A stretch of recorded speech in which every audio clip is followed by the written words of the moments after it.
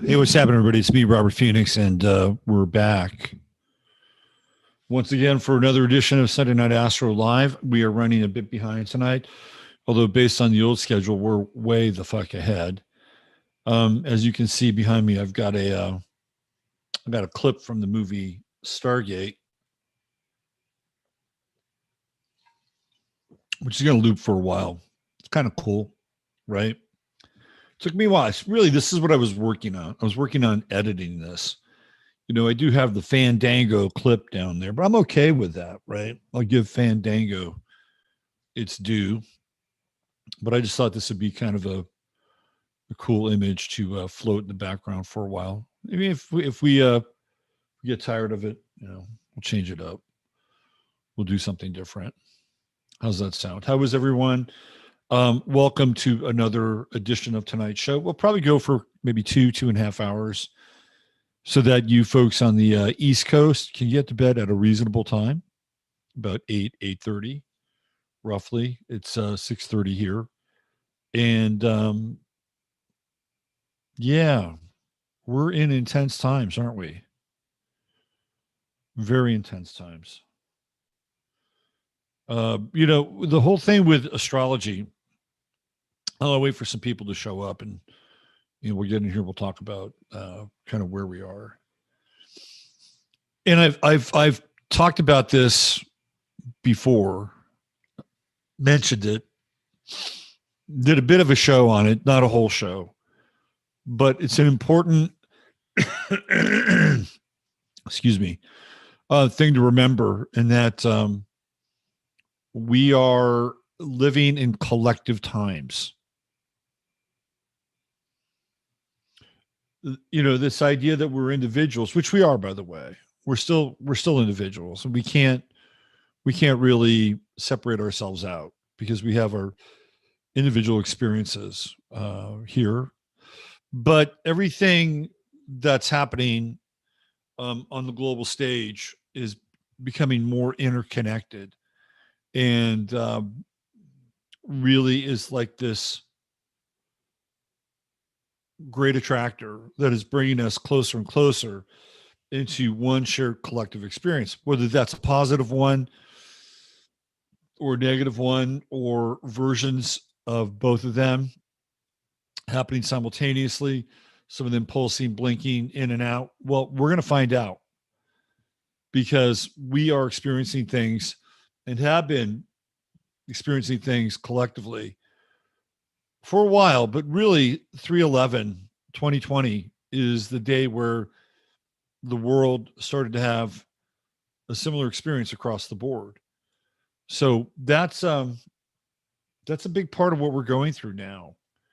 And I wouldn't say it is inseparable from personal astrology, because I've been doing readings for people. I mean, it was a very busy, very busy week last week when I wasn't spending time hanging out with my mother while she was out here. And clearly there are individuals who are having individual journeys and individual challenges and individual opportunities. I mean, all those things are still happening. But the backdrop of everything is more and more collective, right? Everything is being framed as a collective response, as a group response, or a collective or group concept. And that's what we're dealing with. So, you know, we're being really sucked into, I guess this is an appropriate background. We're being sucked into a Stargate of sorts, right? And we don't really know what's completely on the other side of it. I mean, there's one potential reality that I think a lot of us are probably not that thrilled about, you know, but trying to put myself, we're going to talk about Klaus Schwab tonight, because Saturn's retrograde, and I wanted to revisit his chart. Not only did I want to revisit his chart, I wanted to look at his progress chart. And then I also wanted to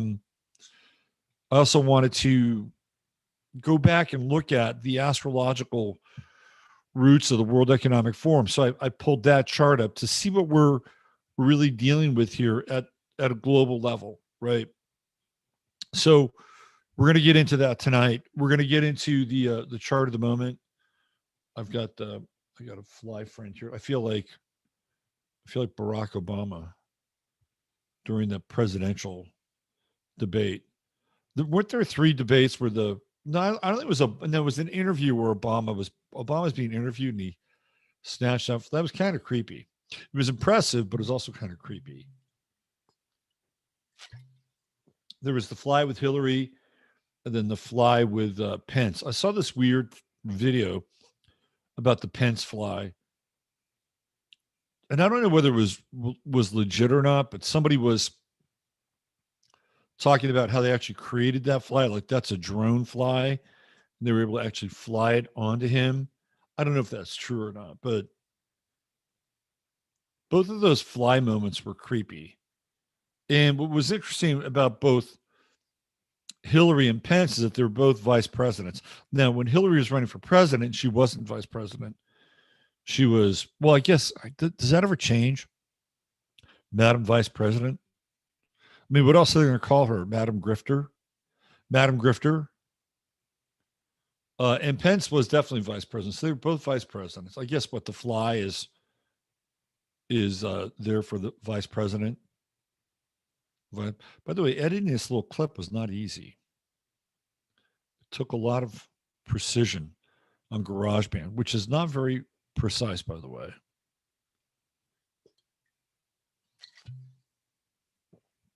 So we're going to get into Klaus Schwab tonight, and we're going to try to do our best to deconstruct the collective situation, because it's not great. I'm not going to sugarcoat it for you. I think ultimately we will get to a place where it will be better than it is now. It would be better than it is now. But it's not going to happen next week. And it's not going to happen next month. It's not going to happen next year. Right? We have a stretch of road ahead of us now that is going to be, I believe it will be a much more challenging road. Every year from here on out will be more challenging than the one before it in its own iteration and version. So we don't have the same kind of crazy lockdowns and mandates that we had in 2020 and in 2020. 2 years, almost 2 years of being fucking shut down. We don't have that now, but we have different challenges. We have the cost of gasoline. And I said this, I think I might have been last week. You're gonna look back at this time 4 months from now, and you're gonna wish you were paying $4.99 a gallon. That's gonna happen. That will happen because there is a plan in place, and the plan they put the pedal to the metal. And the idea here is that they are going to break the infrastructure. That's what's going on. They want to break the infrastructure and they want to build it back better. And they're going to align everything with a collective dream. And the collective dream will be the Green New Deal. And it will be based completely on saving the earth and getting to zero carbon, which is impossible. If you're going to go to zero carbon, you have to, guess what? Eliminate a lot of life forms. That is the stated plan. Zero carbon. That means no cars. And I'm not even sure zero carbon's, I'm not a climate scientist, but I don't think zero carbon's even good for the planet. We are carbon. We're carbon beings, right? We are carbon. We are carbon-based life forms. So when they say, zero carbon, net zero carbon, whatever their terminology is, do the math on that, right? Just do the math on the net zero carbon. And that's where all this is headed. They want you to have to get rid of your gas car because gas is going to be too expensive. They're going to break the economy. The inflation is through the roof. The numbers on printing Federal Reserve notes, nuts. Absolutely nuts. Prior to, I think it was it prior to 2021, The 3 years prior to that, they printed 1 trillion Federal Reserve notes. In 2021 alone, I think they printed something like, was it 3 trillion? It might have been 5. I know it was 3 times the amount of the previous 5 years. So we have all these excess dollars in circulation. We have an incredible amount of debt that's stacking up. The cost of living is, parabolic at this point. And we're seeing people who have had job offers having those job offers rescinded. So that means we're going to have less growth in terms of the employment sector. This is all, just add all this stuff up. What does it mean? It means we're in collapse. And there are people that will say, well, we'll come along and we'll have some kind of quantum currency, and we'll have all these wonderful tools that will, and that may be true somewhere down the line. That could be true somewhere down the line. I'm not saying that these things can't happen, okay? But they're not just going to come in and then pull the plug on everything and say, hey, we've got the new system here, and the new system is going to be hunky-dory. Because we're also dealing with consciousness. And it's not just, hey, we're going to flip the switch here and everybody's going to get a fair and reasonable deal, right? Again, we're talking about the collective. We're talking about Aquarian energies, which is, what we're going to be mostly talking about tonight. That's not going to happen. It's not, I'll tell you why. Because let's say, for instance, okay, there was a real Tesla, like a real Tesla-like person, like Thomas Newton, David Bowie, man who fell to earth, comes along and says, I have a plan. This is how we're going to reapportion resources on the planet. We're going to do this. We're going to do this. We're going to do this. And really what we're going to do is we're going to take the extreme wealth of the upper 8%, and we'll use that to collateralize the debt and redistribute everything. Wouldn't that be interesting? Because that could happen. That really could happen. If you took the upper 8% and they're all their holdings, their net holdings, and created a basket for new currency, meanwhile, you basically etch out the debt that third world countries were owed, well, you'd have a pretty interesting new start now, wouldn't you? And then let's say, for instance, you had technology that came on. Oh, by the way, we've been waiting for this moment. This whole Green New Deal thing and solar and, the new green energy, that's so 20th century. We have things right now that put zero load on the system, and we're able to power 90% of the system, right? If that all came along overnight, let's say, and overnight would be a relative term. Let's say in the span of maybe, I don't know, a year, which in our time would be overnight. There would be people that would reject that. There would be people that would reject it, and they would say, well, that's racist. That is absolutely 100. That's privilege. Oh, well, that's privilege, isn't it? Yeah, right. And who's going to get, so there would be immense pushback and resistance to something like that. No matter how good it could be at this point, no matter how good, no matter how, they're going to say, well, who's going to be the recipient from this amazing new golden age technology? Who'd be the recipient? Everybody? Oh, that's not going to work. That is not, if everybody gets it, then somebody's going to profit off of it. There's going to be a privileged class who will know what to do with the energy, who will know what to do with their leisure time, who will know what to do with being able to capitalize on it. So therefore, we're not in favor of it. That's exactly what would happen. And they would say, well, if we could tear that off so that the privileged sector of society doesn't have access to it or has partial or limited access to it, and we get the entire access to it, we're in favor of it. I guarantee you that's what would happen, because everything is built on ideology now, ideology and the dialectic, which we talked about last week, and looking at portions of history and the people that have done this in the past, just in terms of ideology.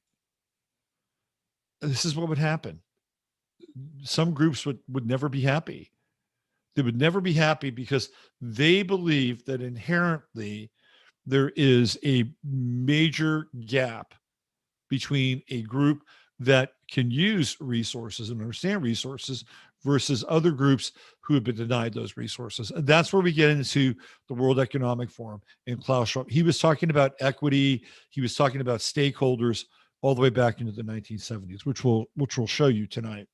So those things can happen, but they're not going to happen unless we have a fundamental shift in consciousness. It's not going to happen unless the majority of the people will welcome those kinds of changes and not put up a class struggle about, who's going to be able to access these new technologies and how they're going to support one group or one class over another.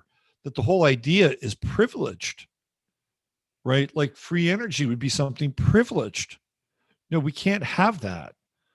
There has to be a tiered system so that those who are less privileged in the underclass have access to those resources, no matter what they are. And the other groups just will not. And we're not going to be able to solve any of our problems unless we solve them. And that issue is getting bigger and bigger and bigger and bigger. And I experienced that on Twitter this week. And it had to do with Jack Del Rio, who talked about the January 6th dust up. Well, first of all, Jack Del Rio had to apologize for that. Second of all, Jack Del Rio was fined $100,000. And there were people on my Twitter feed, and I responded to something. I got into it with woke Twitter a little bit. And they were responding to my Twitter feed. It's like, okay, so here's what I said. I said, if you don't like the racist NFL, which is kind of what they were inferring, go start your own league. Isn't that what they tell, quote unquote, conservatives? Well, if you don't like Twitter, go start your own platform. Or if you don't like YouTube, go start your own platform. And I'm like, why don't you start your own league? That's what they tell other people to do, theoretically. So I said that. And then I got the blowback. And, well, if you just didn't say bigoted things, you wouldn't get deplatformed. Well, unfortunately, this person didn't really understand that there are things that people talk about that have nothing to do with being bigoted. There were people that were talking about the science, right? The science, and how the science really wasn't lining up, and that it was impacting people in ways that now make them take a second and third look at Justin Bieber's face. He's looking like that guy Two-Face from Batman with his new exotic version of some kind of palsy, right? So people had spoken about this and got deplatformed for it. I've lost shows on YouTube because I've said something about the topic du jour, and I've had my show taken down, right? Misinformation. This has nothing to do with being bigoted. And if that person was, and I believe this person to be something other than my own complexion, if they were really, really with it and understood truth, they'd go back and they'd look at the Tuskegee Airmen and the syphilis trials and all that stuff, right? I mean, that's what was going on. In that their own community had been one of the communities that had been the least respondent, the absolute least respondent to the mandates and to what was being asked of most people to just be able to continue to have their job, right? So what we were theoretically doing, the people that supposedly were bigoted, were actually standing up for a position that was really deeply connected to that. How many times did we see somebody who was quote unquote black during the period where people were being asked, cajoled, intimidated, forced, seduced to do something medically they didn't want? Hank Aaron, hello, Hank Aaron, he got it. Morgan Freeman got out there, told people, you know what I mean? I mean, it was like they were doing hip hop songs. I mean, they were like pushing this thing hardcore. And there were other people in that community who said, you know, I'm not going to do it. I don't need to do it. You know why? Because they have an inherent mistrust for the fucking government. They just have an inherent mistrust. And so I bring this up and it's like crickets, right? So this is our challenge, is that there's a group of people who have been absolutely, utterly convinced that this is the birth of a nation now. This is what we're involved in. This is all D.W. Griffiths reborn into the 21st century.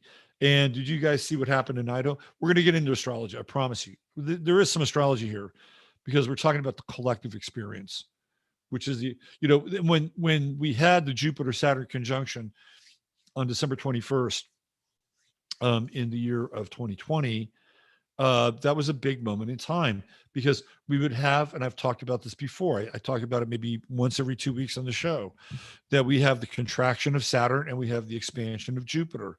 Contraction, expansion, contraction, expansion. And this is the process of birth that we're in, right? And there are some people who are into the contraction side of things. They just want to make the world smaller, more limited, smaller, more limited. The one thing that, again, falls into this Aquarian wonderland is this idea of gender and how outside of, typical binary gender, there's so much possibility. So much possibility. You can be a trans walrus if you want to be, right? But what's coming up now is that they're talking about white privilege within the LGBTQAI plus community. Okay, now you're privileged because you're privileged just because you happen to be something other than binary. It doesn't mean you escape your privilege, right? So again, we're into this whole collective world, but there's the Saturnian part that says, well, I think we're going to have to take one color out of that rainbow. Let's just see what happens if we take the white color out of the rainbow. Now, what do we have? Oh, that's looking so much better. Oh, doesn't everybody feel a lot better? So now that's going to be very interesting.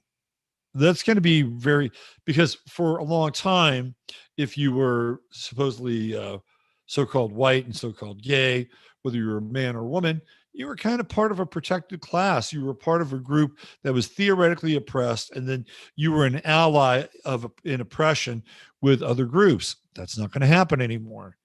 That is not because there's this new wrinkle, right?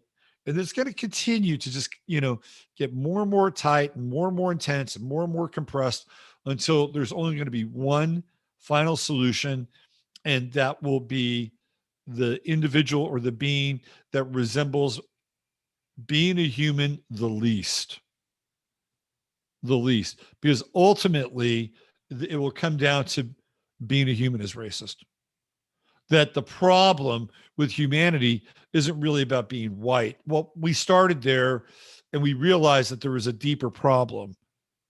Then who's next on the list? Well, those pesky Mexicans, for a while there, they were voting for everything that we needed, but now they're not playing along. They're a problem. So, they've got a privilege, right? We have to eliminate their privilege. And then it's, we forgot about Asians. Boy, Asians, they're really super privileged, right? They get all the good scholarships. So you just go straight down the line, and it's not about any one group. The problem is humanity. Humanity is the issue. And unless we can eliminate humanity, nothing is ever going to change because humanity is inherently flawed. And there may be one or two holdout groups at the end. You may have the Patrice colors at the top of the pyramid for a brief period of time, but I guarantee you they will be the last domino to fall because guess what? They're human. They will target humanity as the problem.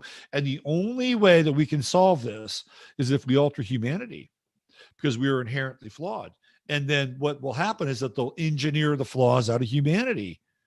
This is where all this is going, right? So it starts with one group and one privilege.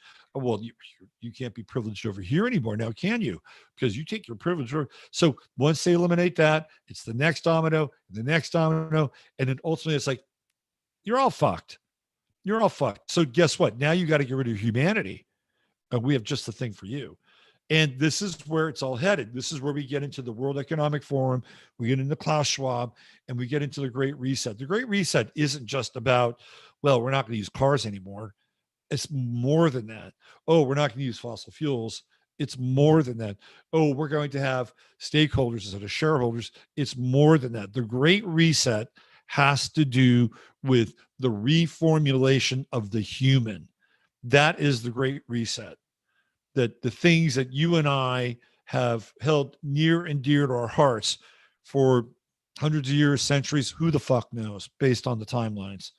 But those things, those are quaint. Those are quaint, and they're trivial. Those qualities are quaint and trivial, and in order for humanity to move forward, we have to eliminate those things. So when you look at, we'll get into Klaus Schwab tonight. When you look at Klaus Schwab, and I try to put my, as much as I can, I try to put my consciousness into the consciousness of, these World Economic Forum leaders, or these more likely non-human entities that are banging the drum for global change.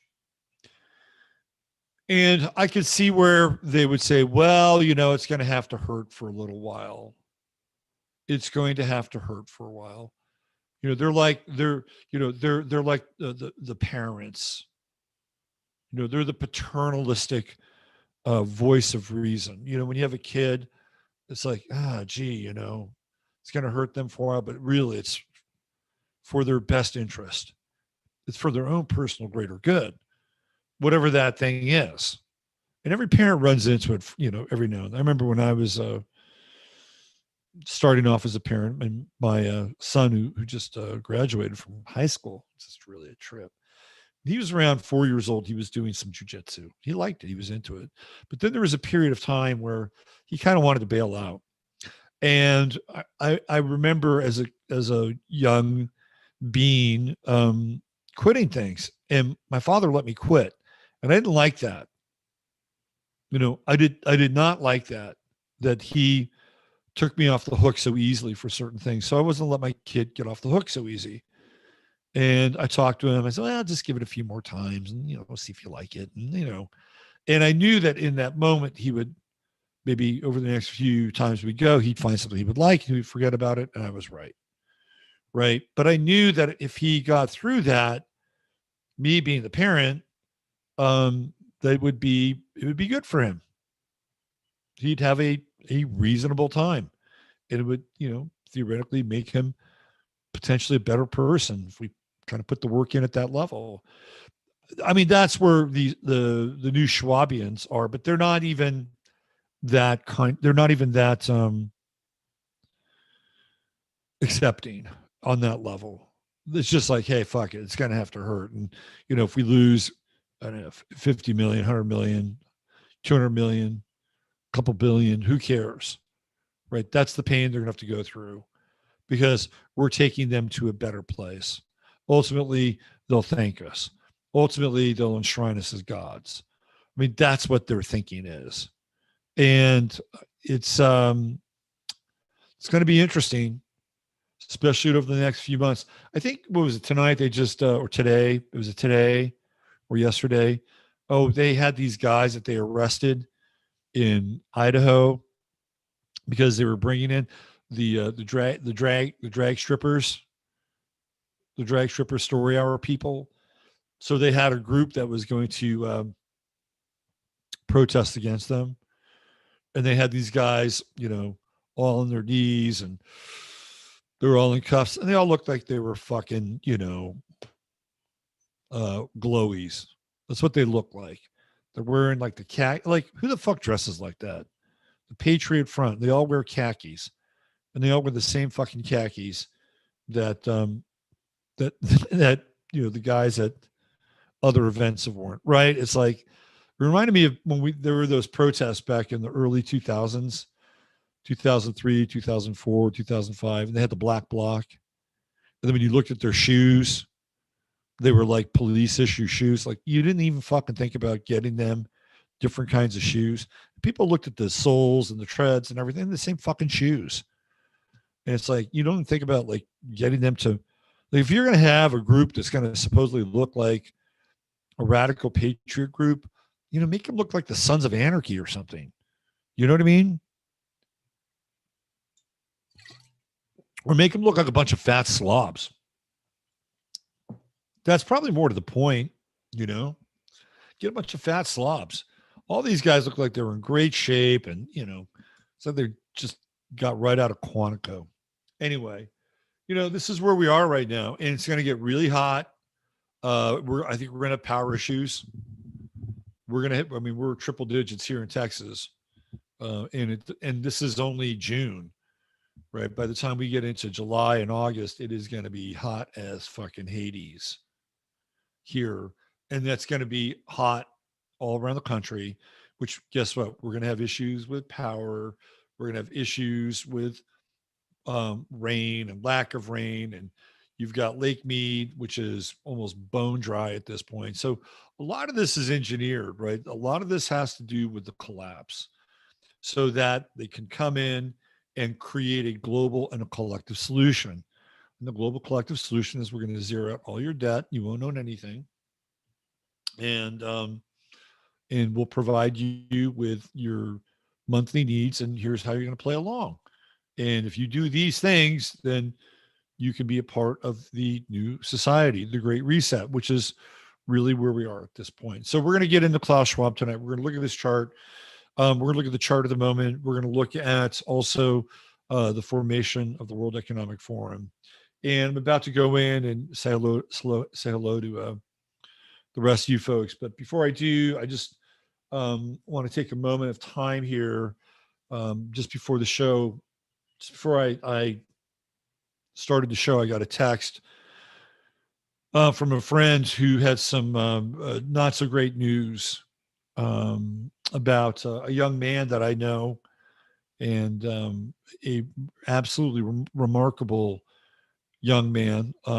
He's challenged physically, but he's a genius, absolute genius. Got a scholarship to MIT. Just a really, and a good kid, right? Like I've known him since he was in his teens, and I haven't spoken to him for a while. And, and I was told tonight that he's attempted suicide and is in a medically induced coma right now. I don't know what his chances are. And his life, began to crater and collapse, and had to do with the breakup of a girlfriend in a relationship. And I had the sense that was what happened. And then everything began to spin out of control. He left MIT. And then he felt like there was really nothing left worth living for. And it's a hard lesson. It's a very difficult, painful lesson. And, I've been thinking about this and our attachment to this world, and not in a suicidal frame of reference, but just this world in general. So I'll tell you why I was thinking about it. So we went to Uvalde yesterday. I'm going to talk more about it on my show tomorrow. This is not really the platform for it, although there are some interesting astrological pieces around Uvalde, which I might talk about tonight. But we were in Uvalde, and we drove by. Actually, we didn't drive by. We got out and we walked around Robb Elementary. Had a very interesting discussion, which I'll talk more about tomorrow, with this chaplain who gets flown in to all of these events, which is a trip, right? Like he talked about being at the Pulse nightclub, like the Red Cross flies him in specifically for these events. I'll talk more about that tomorrow. And I'm not going to sit here and tell you that I know exactly what happened with Uvalde, because it is multi-layered. There's a lot of things going on there, and there's more questions than we have with answers at this point. But one of the things that they did, and by the way, there was a total shrine there at the school. It was if you've ever been to Mexico, like on the Day of the Dead, this is what it felt like. I've never seen more stuffed animals in one place outside of like Toys R Us than I have at this school. Stuffed animals everywhere, stuffed animals, flowers, pictures. So I thought about these kids. And again, I'm not going to get into what I think happened. I can talk about things that aren't being talked about, but I thought about these kids, and we'll just go with it, right? We'll just go with the fact that on the surface, there is a narrative, and the narrative is that 19 children died. Okay, we'll just go with that for now. What does that mean in terms of like eternity, right? What does that mean in terms of our souls? And what does it mean for them? And one of the things that popped into my head was where the world is headed, right? Like, is the world that we're in now and where we're headed going to be a place where 19 young people want to ultimately occupy in the present and in the future? All right. And that's considering that there's a narrative that is common, the commonly held narrative. And I'm not here to necessarily part with that narrative for this example. And the answer to that is probably an act of benevolence based on where we're headed. And I thought about this. If this part of the narrative, if we agree upon it, and it is, the one that is true, and for the sake of what I'm saying here, we'll just agree upon that for now. We could get into the other stuff, but not here. Then there is perhaps this idea that whoever was there was like the angel of death in some ways, that they were delivering them from this world and where this world is headed, right? I mean, so this is part of the conversation that gets to the young man who is right now in ICU. And I'm just on the record. I'm just not in favor of anybody taking their own life. I'm just not. I mean, even if it's the most hellish situation possible, I'm not in favor of it. I've read too many accounts of people that have experienced what it's like to be on the other side after they've done this, and it's not a walk in the park. That there were huge feelings of regret and wanting to change things and trying to come back into the body, and all kinds of very dark trips. And that's not to say that even dying can be, may or may not be a dark trip. Well, it certainly can be, right? Depending upon what happens after we go through the tunnel of light. But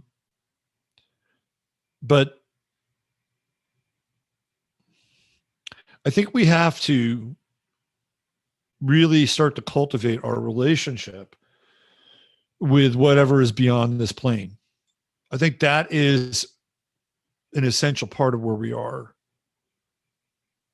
Because we might be thrust into a world of, fairly intense collective abject suffering, because there's a lot of pain and they want to spread that pain around.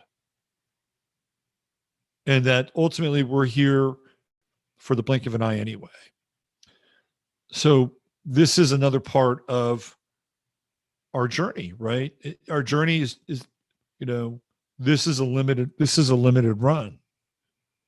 Even if you somehow manage to live to 150 years, which I wouldn't mind doing, by the way, if I was in great shape, it's a limited run. As it relates to time itself, right? It's 150 years is still a blink. So part of what we have to do, and yours included here, is that we're going to have to cultivate a relationship with not only this world, but where we're headed, because that is ultimately a much bigger part of our journey here, right? We're stepping in to these bodies for a brief period of time, and then we're gone. And then people move on and people go live their lives. And, and unless you get a statue of yourself somewhere, the name of street after you, most fucking people forget you anyway. Right. So, that's ultimately where, I think we need to be able to bring our awareness, and not to say, hey, look, this doesn't matter. Of course it matters. Everything we do here matters. That's why they call it matter. But it does. And, we're on this very interesting trajectory. And as far as this young man goes, look, if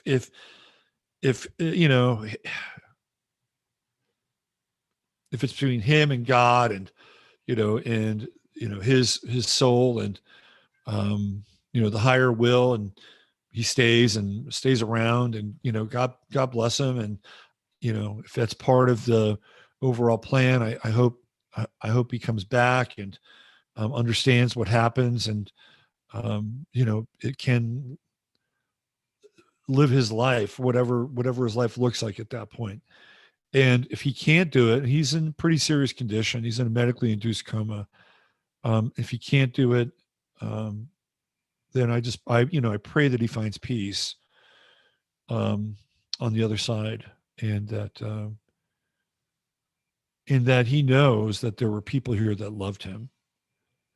And I think that's the other part too, is that, there are these moments in time where people just, they don't feel like they're loved, right? There's no love. There's nothing here. There's nothing connecting them. There's no luminous silver cord that keeps them here. And, I watch Jason Whitlock a lot, and most of the time he's got a good show. I think he got bogged down in Matt Walsh's movie last week a little too much, but that's just me anyway. But one of my highlights of Jason's show, besides watching Shamika and Michelle go nuclear on certain things, which is always entertaining, is watching Delano Squires, because Delano Squires is somebody who, in spite of the circumstances of the world, is filled with optimism, love, and joy. And he believes for him that it is his life in Christ, which gives him the everlasting spirit of eternity, that when he leaves his body, he will be reunited with his loved ones and, his Father, his Lord and Savior in heaven, and they'll be together again. And that gives him an immense amount of peace and comfort and optimism in this world. He's not nihilistic, like, oh, who cares about this world? I'm going to get raptured on out of here. No, he's still very invested in this world. He's very invested in experiencing heaven on earth. Why wouldn't he be? But he's is equally, I think, at peace with himself. If he was not here, he'd be concerned about his wife, and he'd be concerned about his children, I'm sure. Right. And I think ultimately that's, that's where we need to be. Right. That's where we need to be. Because I think when we're there, and I'm not there, I'm just telling you, I want to be there. That's the place, that when we go, it's like, you know what? See you later. It's been great. Had a great run, and I know that where I'm going, it's going to be an even better run, right? If we had that insight, if we had that love, if we had that connection, if we had that relationship with the soul, none of this would fucking matter. None of it. They would have no power over any of us. Klaus Schwab, Charles Schwab, whatever, no power. And that kind of liberation and ease would emanate into our everyday lives. And everybody would be much more relaxed and much more loving and much more connected. And these termites who are eating our world from the inside out ultimately would have nothing to eat anymore. And that was another interesting thing about being in Uvalde is the energy. And again, I don't have all the answers there. I have a lot of questions. I don't have the answers. This gets into astrology, right? So we went into this whole Uvalde thing was what, 29, Mars 29 Pisces. Next day it goes into Aries, and we're dealing with all these Mars and Aries issues and have been since then. So what is the back end of, what's on the other side of Aries? Well, it's Libra. And what do we get out of Libra? We get, guess what? Laws, balance. Theoretically, well, you have these things over here that do this. Over here, we have to do that in order to balance the scales for those things, right? And when I was there, I got this very strong sense that the energy of the place, right? The energy, which was very intense, and there were troubled people there. When I say troubled, I don't mean troubled in the sense that, they've got drool coming out of their mouth and are talking to themselves and smelt like they haven't showered in a month. Not that kind of trouble. Troubled, the people were having a hard time dealing with the idea that this thing had happened, right? Like I was watching it, and I was watching it really at what we would call ground zero. And I thought to myself, that is a lot of energy from this place. And then it's rippling out from that place, right? And I thought to myself, well, this is the energy of the program. This is what they're running, right? They're running the energy of this program so they can build on top of it and insert new things. That is the psychic driver. That is the psycho-emotional driver that's allowing them to do the things that on the other side of Aries, which is Libra, would be to create new rules, new laws, new bylaws, new justifications, all those things, right? And it was kind of it was like, wow, this is how it works. This is how, because I saw one individual there, young guy, maybe 17, 18 years old, and he was freaking out. And I mean freaking out. Like he was on the ground. He couldn't handle the whole scene. He couldn't handle the energy. And there were people around him that were praying, right? He was praying. There was this like laying on of hands and very intense stuff, and somebody trying to understand why this thing happened. And I thought to myself, that is a hell of a lot of energy, right? That is a lot and that's just one person. And there were people all around the school that were having their own experience. That's just one day, all over town. They have, Uvalde strong and Uvalde and there's a cross and Uvalde this, and, that it's a town that is in a state of, heavy energy. And then in the center of town, they have another area, which is like the school. It's like the town square, but more flowers, more pictures, more stuffed animals. I don't know what they're going to do with these stuffed animals. I mean, ultimately they'll become landfill, which doesn't really make a lot of sense, right? I mean, if you're in the whole environmental thing. But then there were these women who I didn't talk to them. I wanted to go back and talk to them, but they were gone by the time I got back to the town square. And they had these signs, which were basically talking about, what didn't happen. So you had a very small faction there who was, they were angry about the response and a lot of unanswered questions. I may as well just tell the story, and then we'll get into the astrology. Um, so I'm talking to this chaplain, and I said, well, there's a lot of strange unanswered details here, isn't there? And he's not used to anybody like talking to him. Or asking him questions. He's used to people talking to him, but they're usually talking about the suffering, the senselessness, the need, all that stuff, right? And he said, well, he had a position which was, look, he said, both sides will use an event like this to use to their advantage. I'm somewhere in the middle, okay? So I give him credit for that. He wasn't spewing some just, kind of party. He, wasn't like you pulled a little string on his neck and he started talking. He actually had a pretty reasonable response about it. And then we talked a little more. And I talked to him about he says, wow, nobody's ever asked me these questions about what I do. Well, it's kind of what I do. And at the end, he said, try not to over intellectualize things. You may be cutting yourself off from, grief and really feeling. I'm like, that's not how I operate, because I see things a bit differently than other people. And one of the questions, I may as well just talk about it since I'm already on it. And I promise we'll get to astrology, is that nobody really talks about the kid that theoretically pulled the trigger. We talk about, the guns and how bad the guns are, where he got the guns. We talk about the lives of the kids that were lost and the teachers and the response time of the cops and the non-response time and the open door, and all these things, right? Matthew McConaughey and the green sneakers and all this other shit.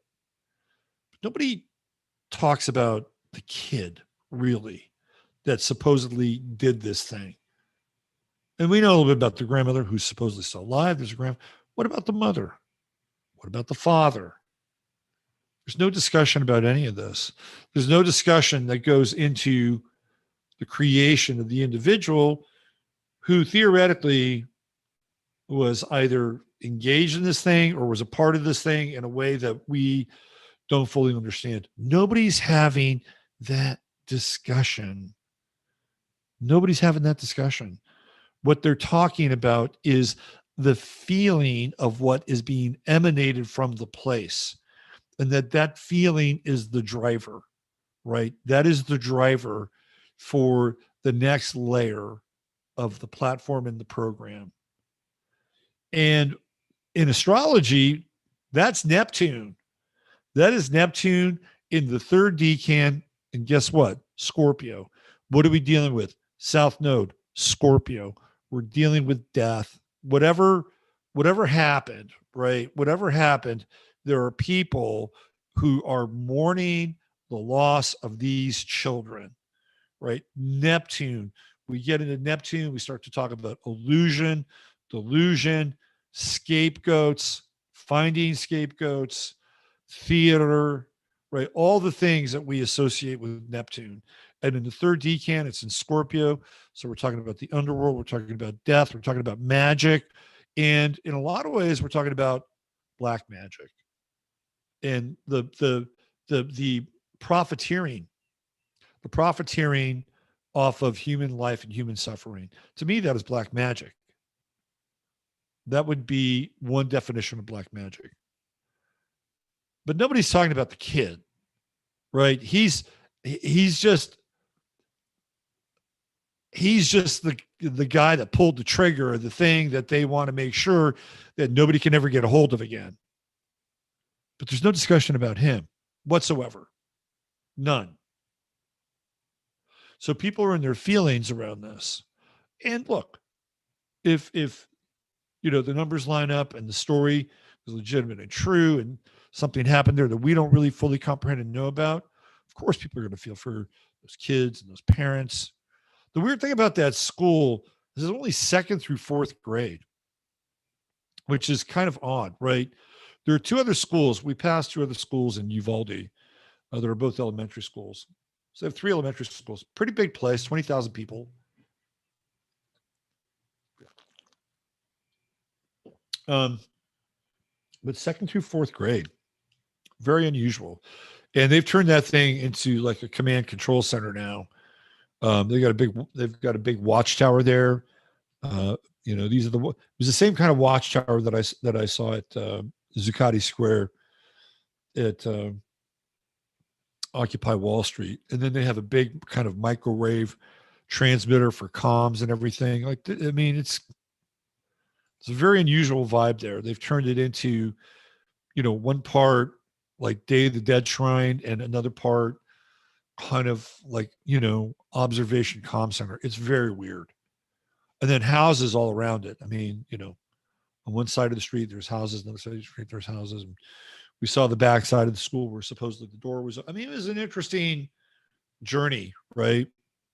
But again, in astrology, we're dealing with Neptune in that third decan, Scorpio and the death decan. And I guess it's part of the conversation we're having tonight. So I'm not going to mention his name. To the young man who I know, you're in God's hands right now. And, if you're meant to be here and continue your journey on this planet, I pray for you, whatever way it goes. If you're here, I pray for you. If you're not here, I pray for you. And, your parents and your loved ones, I'll say a prayer for them too, whatever that means. I don't think I'm the world's best prayer. But I know there are people that are, and I'll just release and surrender the situation so that, you go where you need to go. And wherever that is, may the love and grace of God be with you here or there or here and here. And here is there. We just don't know about it yet. All right. Let's see. Who do we have here in chat? Right at the top, we got Queenie Stevenson. What's happening, Queenie? There's Taffy Polensky. Hey, Taffy. Good to see you. Thank you for the card. Karen McQuaid. How are you, Karen? JJ. I love saying that name. JJ went back to New York City. If she can make it there, she can make it anywhere. Let's see. Amanda Fox. I've been sick all week. Too much heavy energy. Let's see. Oh, wow. Susie Gemini says, Meredith, hello. Yes, a young friend. Yeah. Super guy. Just a super, super talented, wonderful young man. My angels wrapped their wings around him. My 19-year-old granddaughter was murdered April 4th. Oh, I'm so sorry. That is just so, oh boy. I'm sorry to hear that, Mickey. We lose, when we lose people, young people before, their time, right? When we lose them I think it's one of the hardest things. That's a hard, when parents outlive their children, that's a hard thing. And it's like, you never really get over it. I don't think. I'm sorry to hear that, Mickey. Let's see. Who else do we have here? Love a Scorpio. Crisis chaplain. That's exactly what he is. He's a crisis chaplain. We've got a picture of me and him. I'll show it tomorrow. It was a trip, man. It was a total trip.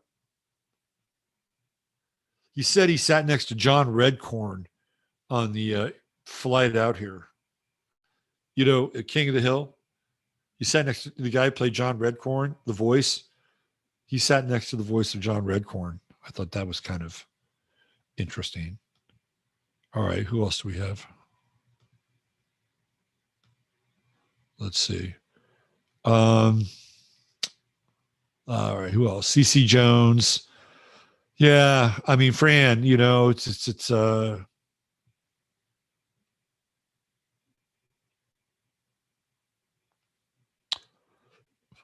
so one of the things, I don't want to get into it too much. I'm not going to talk about it because I have some thoughts. Right, I'm not going to get into it. Charles, what's going on? Brother Charles from Buffalo. Let's see. What are you experiencing energy-wise, farm girl? We got Neo in here. Blissly. Some days I wonder if my thoughts can even come through anymore. It's all doom and gloom lately. Hard for the mind to stay. And I kind of stayed for a long time. I totally agree. I totally agree. And part of what we have to do, because everything is so collectively oriented, right? One of the things we have to do is we have to, first of all, we have to have a dream. You need, no matter what, you still have to have a dream. This is really important. Whatever your dream is, you need to have a dream. You have to have a dream. And I was talking with my friend here in town, Jeanette, and we were talking about just how shitty the local farmers market is. I remember a time when farmers markets were really cool. Like you had all these people, and they bring their produce, and they bring their fish, and they bring all these things, and they were kind of competing with one another in terms of price. So they had to make sure that they had reasonable prices. But I remember this farmers market I went to back, I think it was around 2015. It was like, what the fuck happened to farmers markets? It just became like this boutique thing. I'm like, I don't have to pay, you know, special prices for your, boutique organic biology. Don't get me wrong. I like organic food. I think we should all eat as much of it as possible, considering the options. But it's like, it just got really fucking expensive. I'm like, this is not what this was supposed to be about. And then here in this town, the way the farmers market is run is that they have to have, I think, just one of something. Like, so if you were selling, I don't know, beets and squash, you could be the only beets and squash person at the farmers market. If you were selling goat cheese, you could only be the only goat cheese person there, right? I mean, it's like, well, how the fuck do you get variety, and how do you get people to kind of go, oh, well, I can do better than this person price wise, and my product is actually a little bit better than their product. I mean, it's part of the American way, but that's not the way they're doing it in town. So I was talking with my buddy Jeanette, and it's like, well, why don't we start our own farmers market, and have it like wide open, and have people, who would have 5 or 6 vegetable growers, and 4 or 5, meat vendors, and just like throw down, and you know and be competitive, and so I've been thinking about that, and I have an idea for a venue here. Whether it happens or not, that's a whole other thing. I have a lot of good ideas, but this is the thing we're talking about. We're talking about, how can you make your world a better world? You see a shitty farmer's market, maybe start a better farmer's market. You know what I mean? It's a small dream. It's not a great dream. It's not a huge dream, but it's a dream, right? For me, it was just solving a problem. But there are other things. I mean, what have you always wanted to do? What have you always wanted to do? Have you always wanted to write a book? Well, you better get cracking, right? Writing a book and publishing a book, two different things, but maybe that's what you want to do. If you ever wanted to make a movie, what have you always wanted to do? It's going to get a little bit harder to do those things, but you never know what happens. Even if when you have a dream and the aperture is really tight, and how it changes your life and how it can change the life of others. That's really important now. You do need something to live for. This is vital, because it's the living for the thing, and it's the actualization, the manifestation of the thing that changes your life. That much I do know. All right, who else do we have here? Mark Fuller, lockdown brought out suicidal feelings in many. I think this is true, Mark. You have a really good point there. I don't necessarily think, I could be wrong. I don't want to speak for the young man and the family. I think there was some deeper, I think his breakup was devastating for him. We all have a breakup in our lives that we think we're never going to get over. Sometimes we don't. There are people that never get over some breakups. They are shook for a very long time. And I'm not passing any judgment on it. That maybe having those breakups is part of who they are, what they're going through. Right. And there can even be some astrological correlation for that.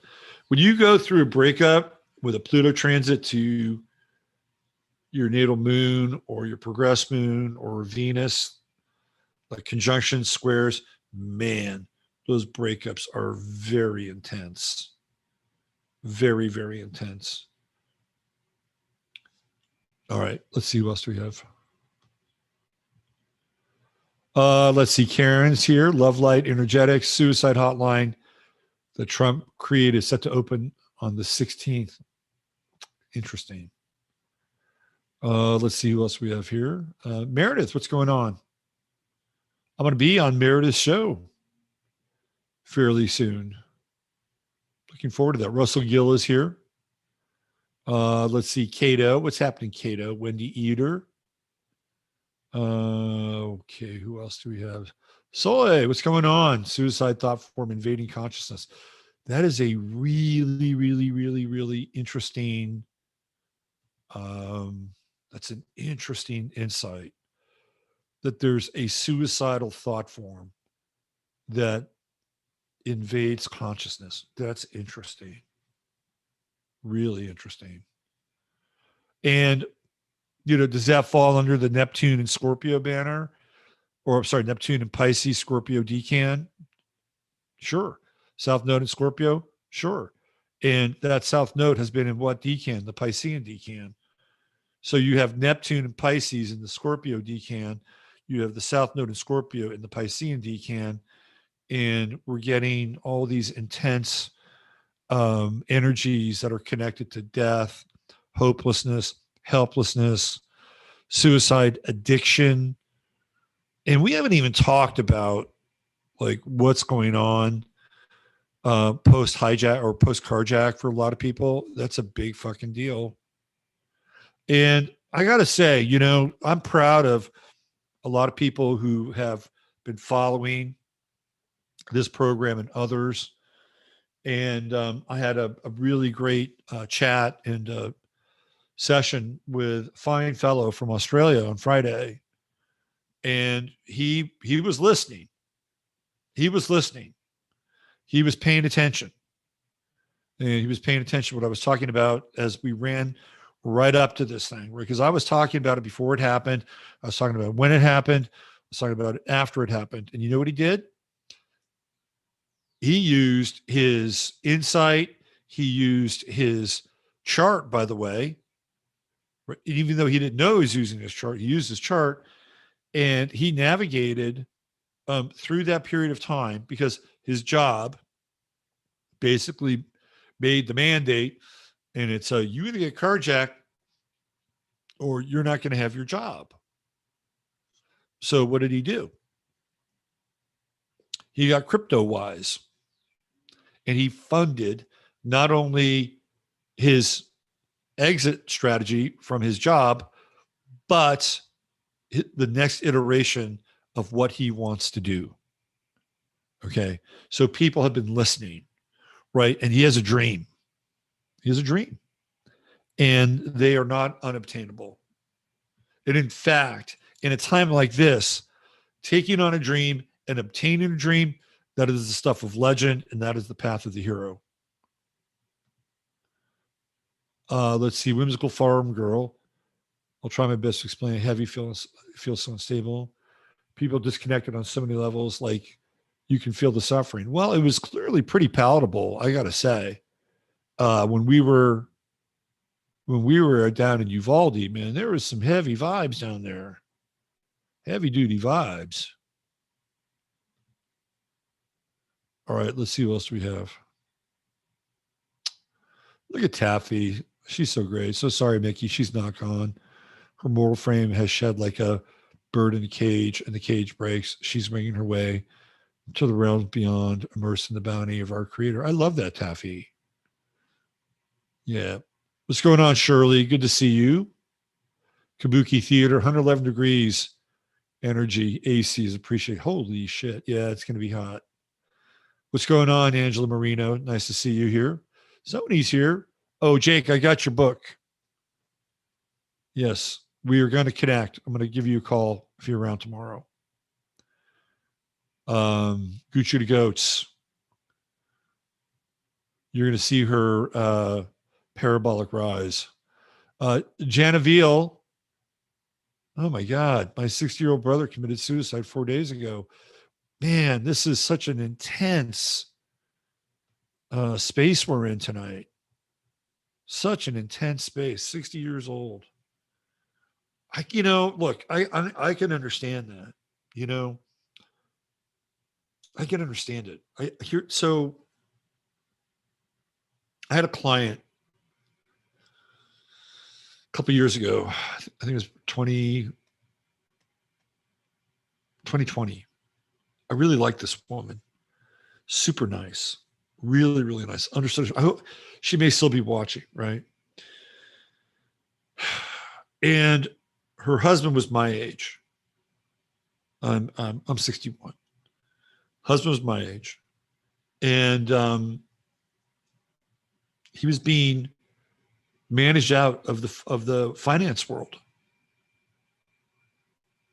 Number one, he's white and he's male. And he's straight and he has kids. And his whole career path was devastated, right? And they're racking up all this debt on credit cards, trying to stay together. These are not people that are, ignorant or dumb. These are very bright, highly motivated people. And it was some of the hardest client work I've done, knowing where he is or was and where the world is, and holding on to a dream of having this side business they've been working on with these other partners, and hoping that side business is like, just, I'm going to work this, I'm going to work this, I'm going to work this thing, and it's going to happen. It's going to happen. It's going to happen. It's going to pop. And part of what happens when I work with somebody is, yeah, look at the chart. Trust me, it's in there. But I also ask questions. And one of the questions I asked was, so his partners, and I think I've told this story before, his partners in the business, are they employed? Are they making money? And she said, yes. And I said, are they as motivated as your husband? And she said, no. And the reason why is because for them, it was just kind of a side deal, right? And they're, sort of working on it. Maybe if they have some downtime, but they were getting money from, their 9 to 5 or whatever they were doing. And for her husband, that wasn't the case. For her husband, it was everything. It was incredibly important. But he didn't have the same kind of buy-in from the people around him. And it was very difficult because she kept, wanting to do these readings and asking me if I saw like a change in the stars, right? If I saw something. Like, she was just hoping that some of the stars would change and his fortunes would change. And, I don't really operate that way. I mean, there is that, right? There are trends that you can see inside of a chart, both positive trends and also challenging trends, right? But we're also dealing with the prevailing winds in our environment and with, the people that we've chosen to do certain things with. And you just can't always sit down and hope that your chart is going to change, then your life is going to change. It doesn't always work that way. And I thought to myself, well, what the hell is this guy going to do? What is he going to do? How is he going to get right. You know, I mean, it's got to be one of the hardest things. He's got a wife, 3 kids. They're all girls. They're living with him and trying to be the man because that's what he had been. He'd been the man. He's trying to, and now he's not the man, and he can't plug in. Like he can't find something or someone to hire him based on whatever, right? Too old, nepotism, too white, too privileged, whatever the fuck the story is. And I don't know what happened with the suicide, but I could see somebody around 60, 61, 62, just looking around and going, I'm fucked. Like I am fucked. There's nothing for me in this world. You know, every time I go to apply for something, somebody less qualified, somebody who is, you know, part of what I would call the new privileged class, they're there to essentially take my job. They don't know anything. We'll get some on-the-job training because this is what's happening now. Okay. This is what's happening. There are people who are being hired for jobs they're not qualified for, barely qualified, or not even qualified. So then what happens? So then they're hired and they have to be taught shit. They have to be taught on the job how to do certain things. So somebody is telling them, okay, you're going to do this, you're going to do this, you're going to do this. And how do you think they feel? Well, they're probably fucking resentful because they're seeing what's happening. And the person may or may not even have any aptitude for whatever it is that they're being taught. And at some point, that person's probably saying to themselves, well, shit, when is my job going to be taken? And who's going to teach them the things that I know? Right? This is what's happening right now. This is a very difficult time for a lot of people. And I don't have any answers, with the exception that we have to start creating safety nets for, you know, what's happening. So again, I'll bring it back to the farmers market thing. This is Aquarian. So my friend who works at a restaurant is telling me that they're getting less customers now. Gee, I wonder why. You know, they have to basically pull straws to see who goes home early at the restaurant because they don't have enough business. And that's not going to change anytime soon. In fact, it's going to get worse. You know, and I live in an area where there's a lot of tourist trade, but they'll dial that down, and it'll start with, instead of spending $50 on a meal, they'll spend $20 on a meal. Instead of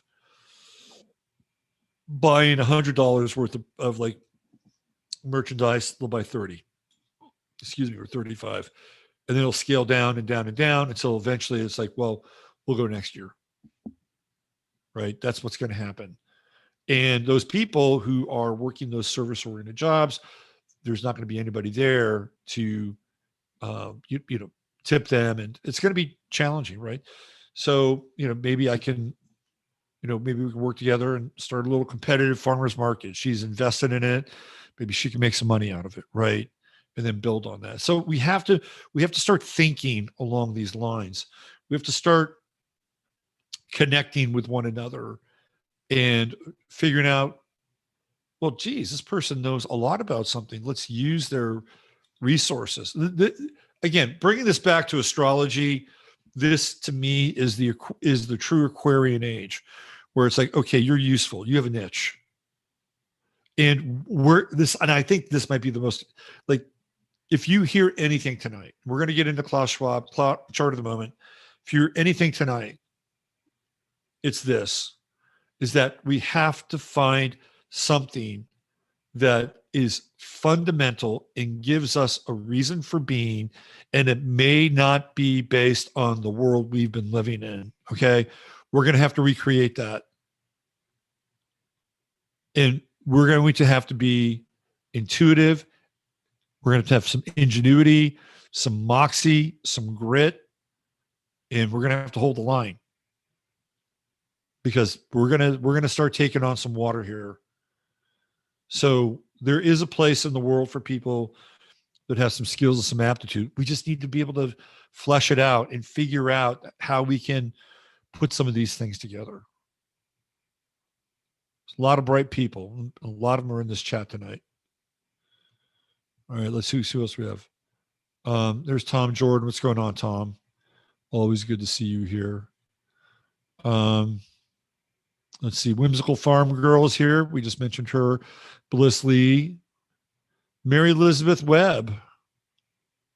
Harry Bowie. Spiritual Warfare. Good call. Man, this has really turned into a very emotional experience tonight. Kabuki Theater says, I think I will run from the light. I think that's probably a good thing. Running from the light, you may, you don't want to be you don't want to be recycled hamburger meat. Let's see. Who else do we have? Bill Brockman. Yes, Hillary was vice president. Oh, no, she wasn't vice president, was she? My bad, Bill. Thank you for reminding me. She was Secretary of State. Joe Biden was vice. Bill, thank you. On another timeline, she was vice president. Why the fuck did I think she was vice president? Maybe she really was vice president and Biden was just a placeholder. Thanks, Bill. Appreciate that. Let's see. Who else do we have? Am I missing anybody? JMP. What's going on, JMP? Look at you guys. Danny Katz in the house. Tessa. What's going on, Tessa D? Good to see you. Wonderful chat room. It is the best. Danny and I did a fucking banging show on the other day. What was it? Wednesday, Danny? Really great show. I'm gonna have Danny on as a guest. We're on a Friday show. Danny was tremendous. Let's see. Who else do we have here?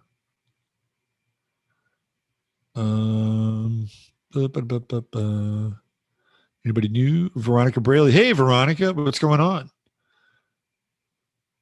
Checking in from Fox Hunt Country. Oh my gosh. We have, I guess I can share this, huh? Do we have Mickey's, we have permission here? Wow. This is from the New York Post. Wow, this is a wow moment. So Mickey, who's in chat tonight, this is a story about her granddaughter on the New York Post. Let's give her some due here. Do a little memorial here. Let's see what we have. Hold on. Oh, Portland. Yeah. All right. No, that's not working. Hold on. I'm going to have to go here.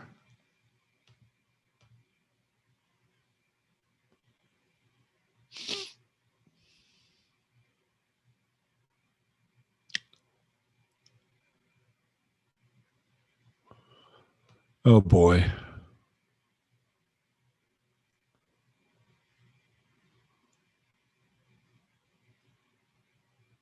Oh, my God.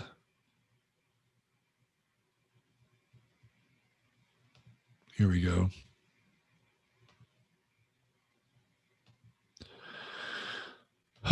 This is Mickey's granddaughter. Right here. Amara Marluke was fatally shot in what investigators believe was a domestic violence incident at about 1 a.m. near Southwest College Street. And I guess this is the dude, Bradley Marluke. Amara Marluke and her sister were adopted by Bradley Marluke and his wife. Before the couple took custody of Amara when she was 9 years old, father said she endured a rough start to life while growing up in the foster care system. This is just, so is this the guy right here? Keenan Harpole, Florida State's football team. Surrender to police. Wow.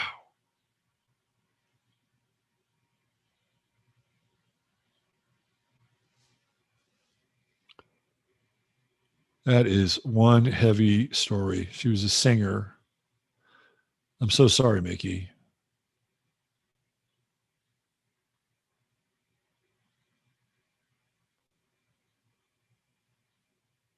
So, okay. Oh man, that's just it's a heavy trip.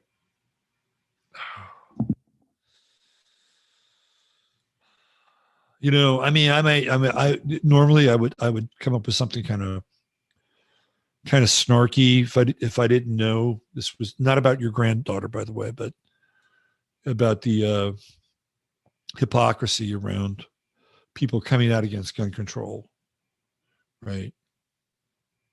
Like we're Steve Kerr with that situation. I'm so sorry. Um, and I know it's probably not much solace, but I'm sure the young man is probably in hell as well. He's probably in hell. He probably regrets everything, and that's not going to bring your granddaughter back. But that's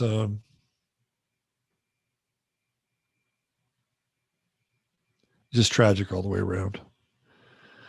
All right, why don't we start talking some shit?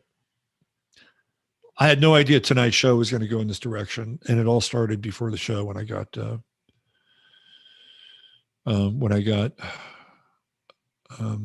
message about the young man. Why don't we talk some shit now? Let's get into some shit talking. Should we look at the chart at the moment? Why don't we go ahead and do that? Let's start there. What time is it? 8:00. Let's start there. Let's get into the chart of the moment, and let's find out, where we are on the great wheel.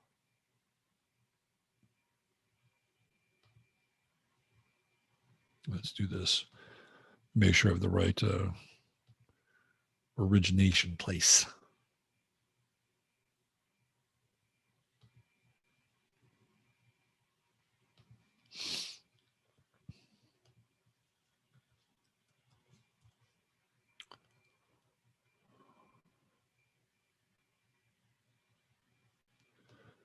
All right.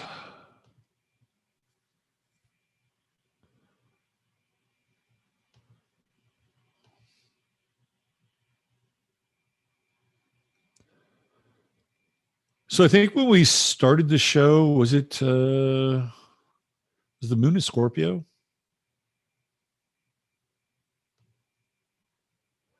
Because it is at Sag 1.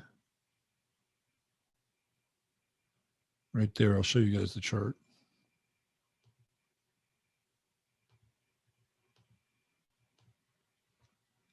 Okay. So we have Sag rising, 15 degrees. So we've been in Sag rising since the show started. There's the moon in Sag. Moon in the 12th house. So we've been talking a lot about the 12th house.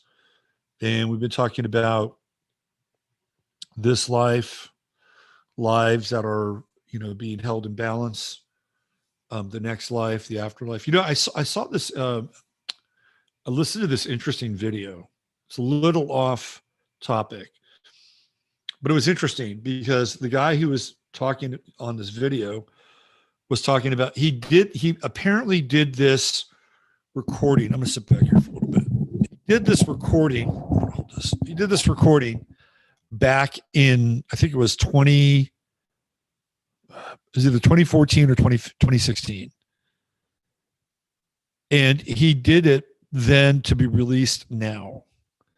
And I don't know if you guys have heard it, but he's one of these guys that worked at Area 51.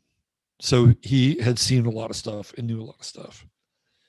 And one of the things that was really interesting was that he talked about how the planets themselves, and by the way, Edgar Cayce also talked about this, but he talked about it from what he knew as part of his work. He talked about how the planets as we know them exist on multiple dimensions, right? So let's say, for instance, we look at Jupiter and we see giant ball of gas. That there are other dimensions where Jupiter is not a giant ball of gas. That Jupiter actually has like superstructures and cities and intelligence and all these other things going on. And he said that the various planets in the solar system operate at different levels of vibration, different dimensional levels. I was like, you know what? That makes fucking sense. That makes sense. And then he talked about something that was related to the moon, and so, stuff that I've heard before, which is the dark side of the moon, and that there is a very advanced civilization group on the moon. And he said that they're actually considered to be like more lower level than some of these other hyperdimensional situations on these other planets. But even with their lower level, they're still, he said they're like, I don't know, 50,000 years ahead of what's going on here on Earth. And he said that there are also other planets that are less evolved than Earth. And he also said that there is a lower level dimension version of Earth, which I thought was kind of interesting. So, I mean, these are, some, I think, fascinating realities. And Edgar Cayce talks about this. He talks about how in the kind of the post-life experience, if you needed to go somewhere and learn a certain lesson, you would actually go to that planet. You wouldn't go to necessarily, the structure, but you would go to the vibration of that planet, and you would understand, or you'd learn something from going to this place in between lives, which I thought was pretty interesting. And so when we look at the moon in Sagittarius in the 12th house, to me, it's almost like it's a gateway, right? It's almost like it's a Stargate, and we're coming up on the full moon here. So tonight, when you go outside, you'll be able to more than likely see the moon, and you'll begin to see it in its fullness. So tomorrow, and particularly Tuesday, will come into the, very intense and powerful energy of the Sagittarian full moon. And it is the illuminated beacon of unvarnished emotional expression and truth. It's going to be a very interesting full moon. Right now, because of its position, it's actually in square with Saturn. We can see that right here in the chart, right? We can see the Saturn square. But by the time it gets into its fullness, it will be in trine with Saturn. It'll be sextile with Saturn. And that could be very interesting, because, we're going to talk about Saturn and Aquarius and the retrograde cycle and pattern, because when this whole thing started, Saturn went from Capricorn into Aquarius in 2020, and we all experienced a global shutdown. And I've talked about the Saturn and Aquarius cycles before, and how they are manipulated because we're headed towards some culmination of like oneness or unification. And then Saturn comes in and has a very specific kind of, well, let's just call it for what it is, lockdown. And the lockdown is a lockdown in terms of consciousness. So we have Saturn retrograde, and my sense here is that people are going to really have some significant questions and response towards what's happening globally. What's happening globally in terms of this whole planetary shutdown. People can see it coming a mile away. The ones that can't see it, there are two groups that can't see it. One group is the group that knows it's happening, and they don't care. They don't care because they're rooting it on. So they see it, but they're blind to the long-term implications of it. They're happy. They're banging the drum. The other group that doesn't see it is the group that believes that we're going to return to some state of normal.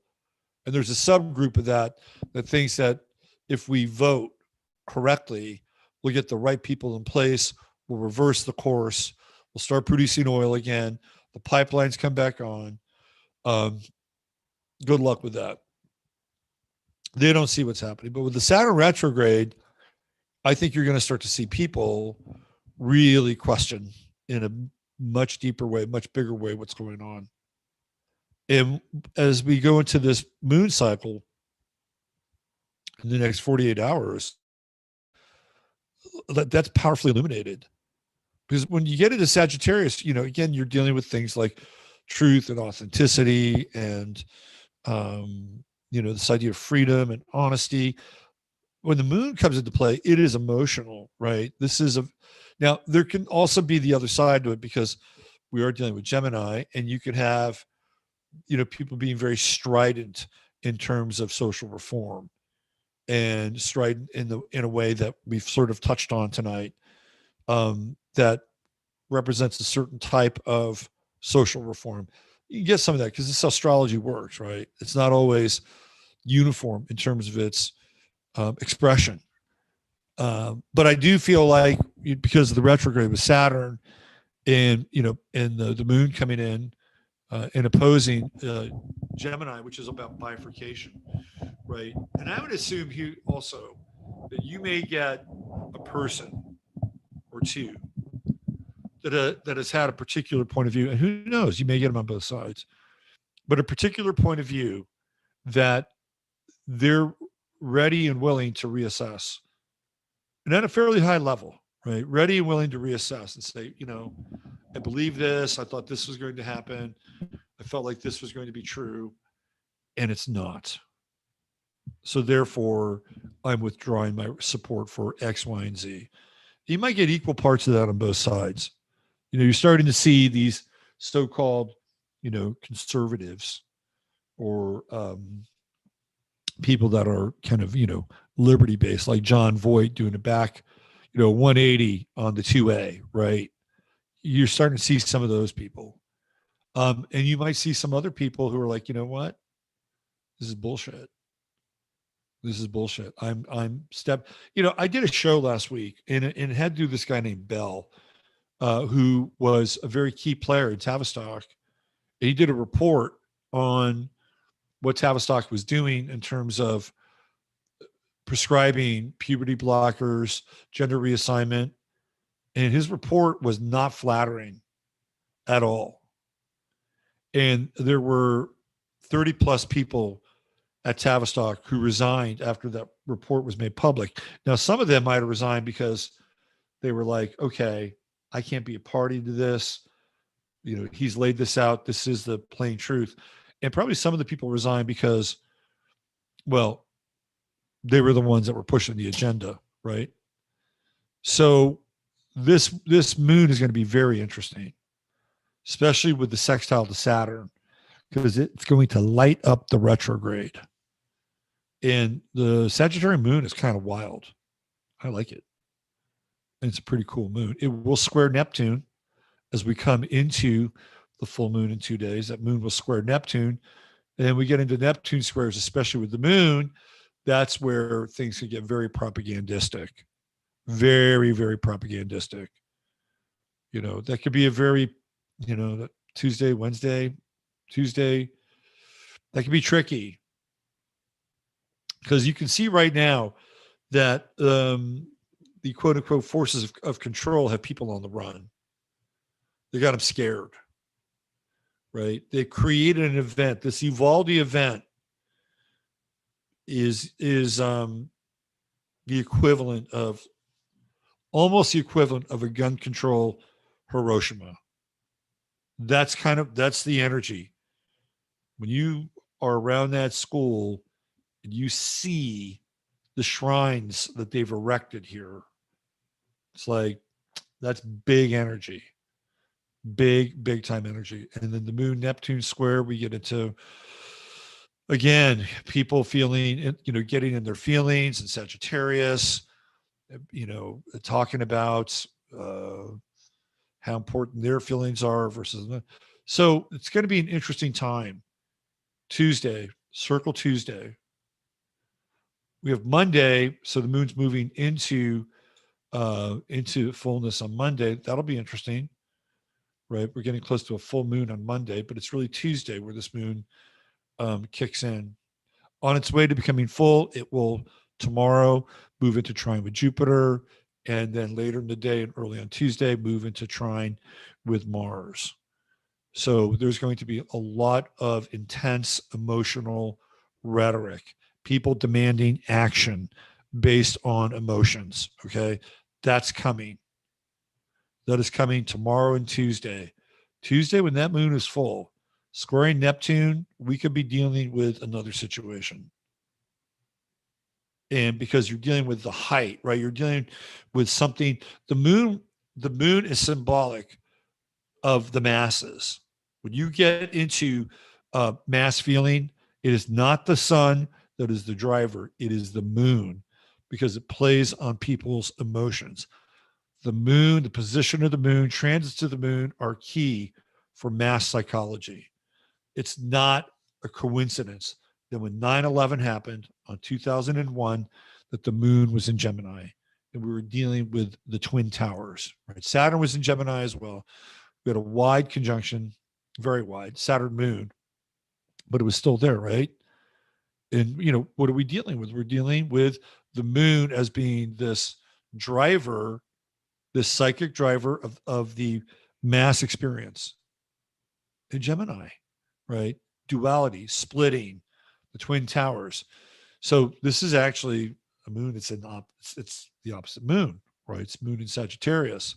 It's going to be a very interesting full moon and fairly intense as well. These next lunar cycles from Sagittarius to Capricorn to Aquarius to Pisces and Aries, like this lunar cycle is going to be very charged, extremely charged as it crosses paths with transformation, the dogma of the system, more illusion, and then energy, emotion, intensity, right? Action, and then going into Taurus, where it just this cycle, this phase now, as the moon goes from full all the way into these other phases, where it winds up becoming balsamic.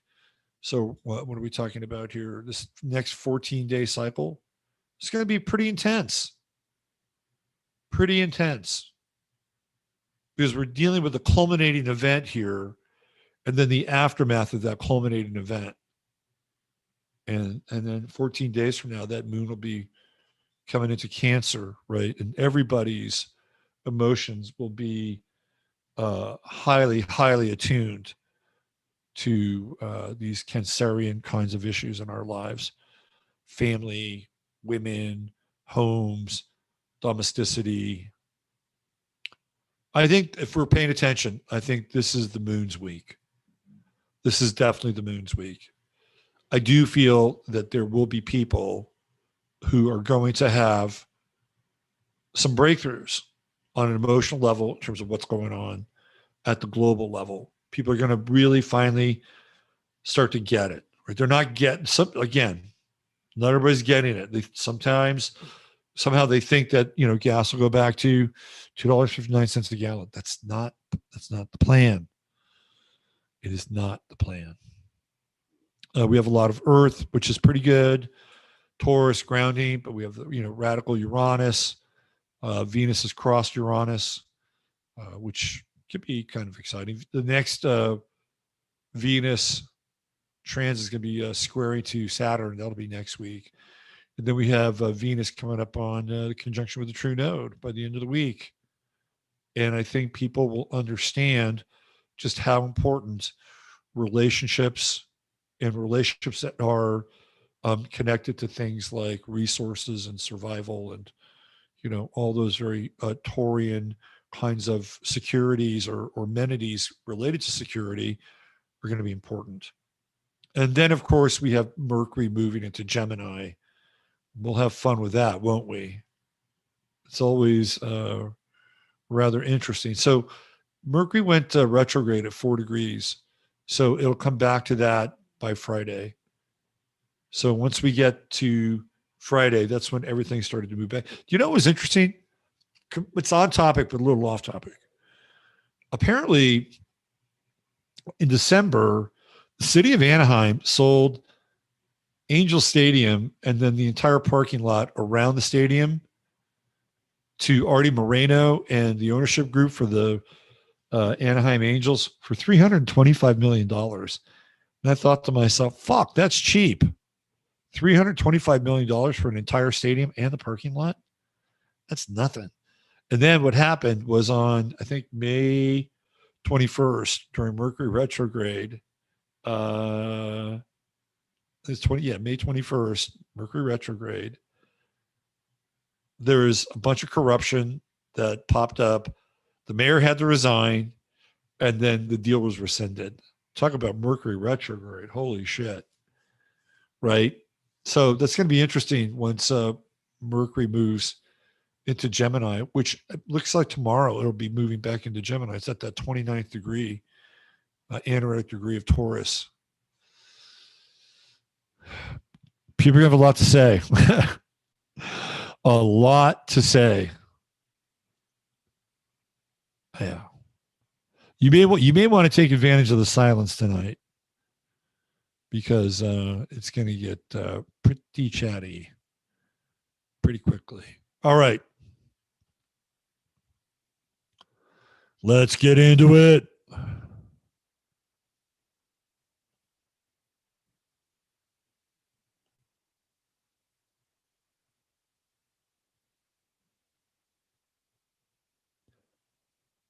Is that for real? Oh my God.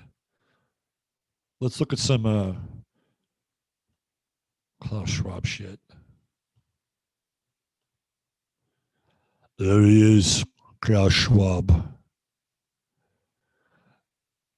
We have the opportunity to experience a great reset. There comes a time where we must do things that can be considered difficult. I'll work on my Klaus. Check this out. On Etsy, I support the Great Reset. Thank you, WEF. So do they have a whole Etsy page here devoted to this shit? Let's see. Oh my God. Is this a joke? This has got to be a joke.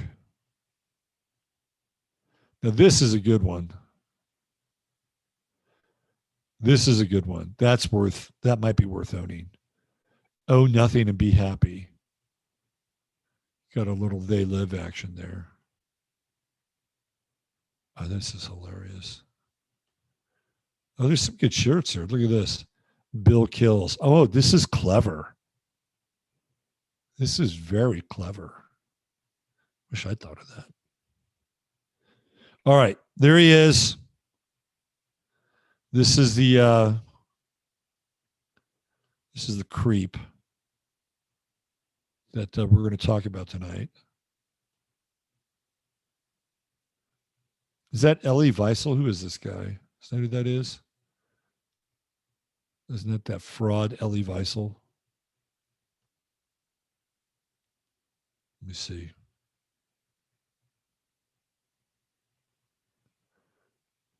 We got to keep it real.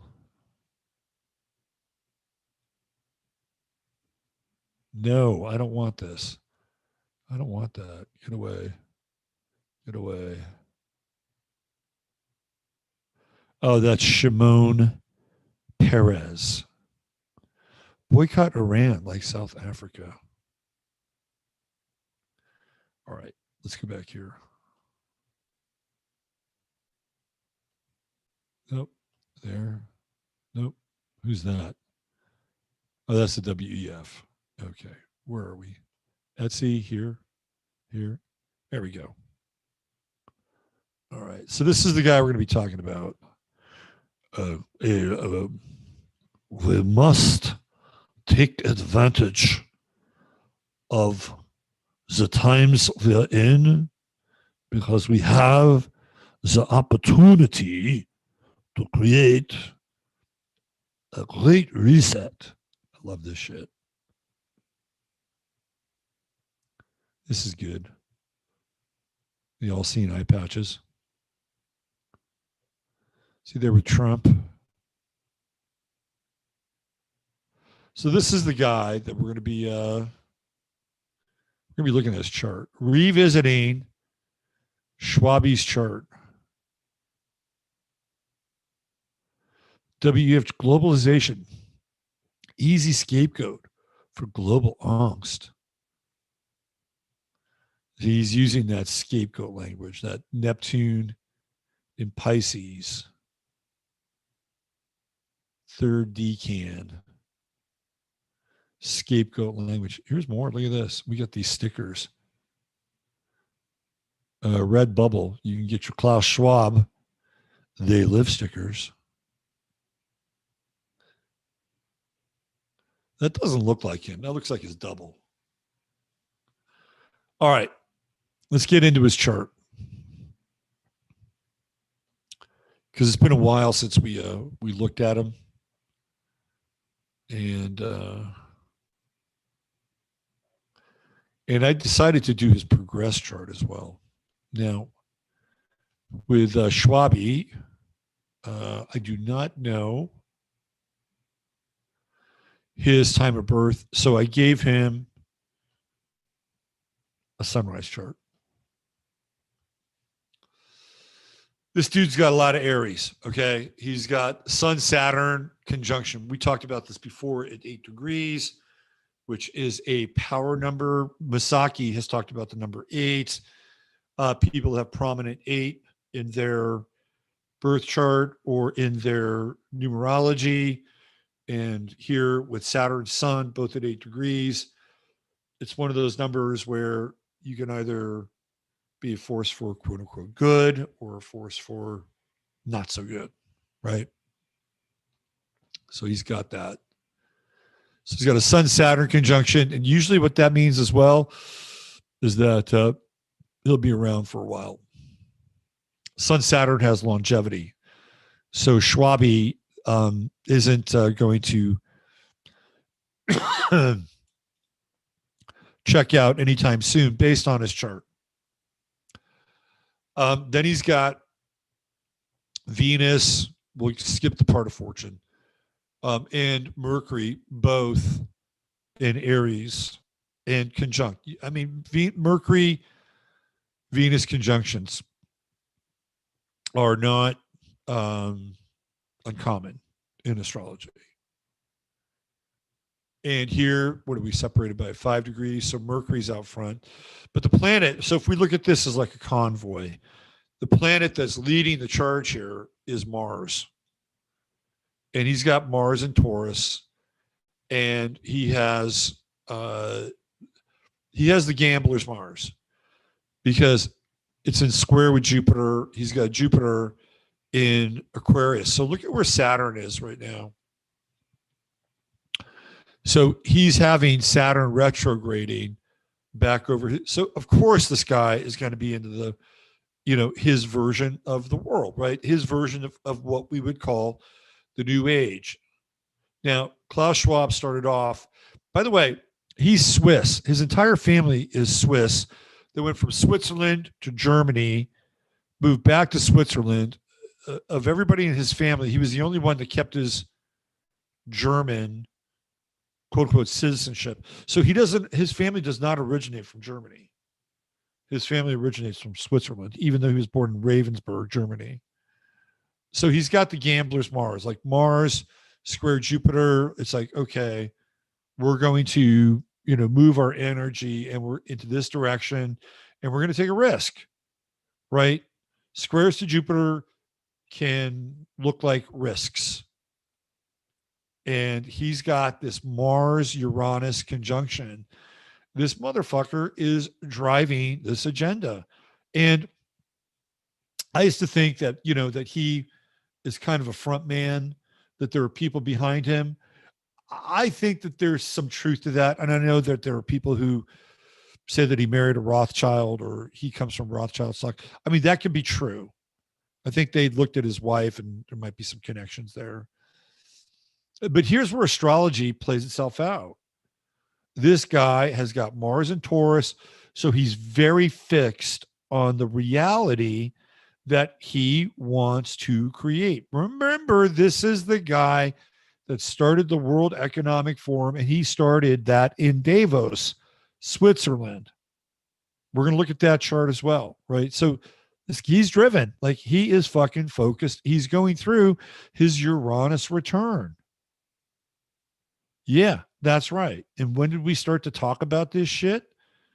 We started to talk about it during his Uranus return 2 years ago. That's where Uranus was. And now he's got Uranus, transiting Uranus in conjunction with his natal Mars, or it has been. So this guy is fucking fired up, right? He knows that this is his time. And by the way, I guarantee you, he knows exactly what he's doing with this chart in astrology, because I can see it in the chart where he starts the World Economic Forum. I'll show you. It's clear. Remember, he's got Jupiter in Aquarius. He knows about astrology. Guaranteed. Now, he's got a Mars trine to Neptune. And I do think that there are people who believe that Klaus Schwab is inspirational. I'm not one of them. But these 800 young global leaders, I guarantee you, out of that 800, probably about 750 of them believe he's inspirational. And for whatever reason, right, it's their meal ticket or their ideology is aligned with whatever ideology he's pushing. It's right there, right? Mars, Neptune trines tend to be creative. He has Neptune in Virgo, which, by the way, is it's in its fall, isn't it? And then it's retrograde. So he's going to be looking at things from what? A position of lack. And he's already gone through the Neptune opposition. He's going through some pretty intense transits, right? And the other one has to do with Pluto, because he's got the Pluto opposition, which, by the way, he seems to be surviving. He's got a few more aspects to this. And when you go through the Pluto opposition, if you get through it, you will live to be in your 100s or close to it. So he's right on that precipice, right? He's already gotten through, well, he's kind of, I think Neptune goes back to what, 21 degrees or 20 degrees? Might go back to 19. So he's got the Neptune opposition. He's already gone through the Uranus conjunction, the Uranus return, and he's got one more, I think, Pluto opposition here. And if he goes through and gets through the Pluto opposition, if you don't like him, you're going to have to deal with the fact this guy's going to be around for a while. You can even see it here with the Sun-Saturn conjunction. It's right there. And he's got Jupiter next year is going to conjunct his Saturn. It's going to conjunct his Sun. Like, this motherfucker is going to be feeling his oats, okay? This is where he is going to make the big push, because he's going to have Jupiter conjuncting Saturn, Jupiter conjuncting the Sun, Venus, and then it goes into conjuncting Mercury, Uranus, and Taurus. Like, he's on a big fucking roll. He's on a roll astrologically. Now, the Saturn retrograde to Jupiter is kind of interesting, because there may be a few holes in his plan that may come up during that time, and we might be willing to see them. But with Mars and Taurus, he's just going to push through. He is going to push. The one thing that he may have to deal with will be the opposite. So he's going to have to deal with some oppositions with the South Node. And that's starting after the first of the year. South Node in Scorpio opposing Mars. South Node in Scorpio opposing Uranus. And then when that South Node goes into Libra, he's going to have all these, transits to his Sun with his true node. Like, this guy, he's kind of lit up like a Christmas tree astrological. I'm just being honest here, right?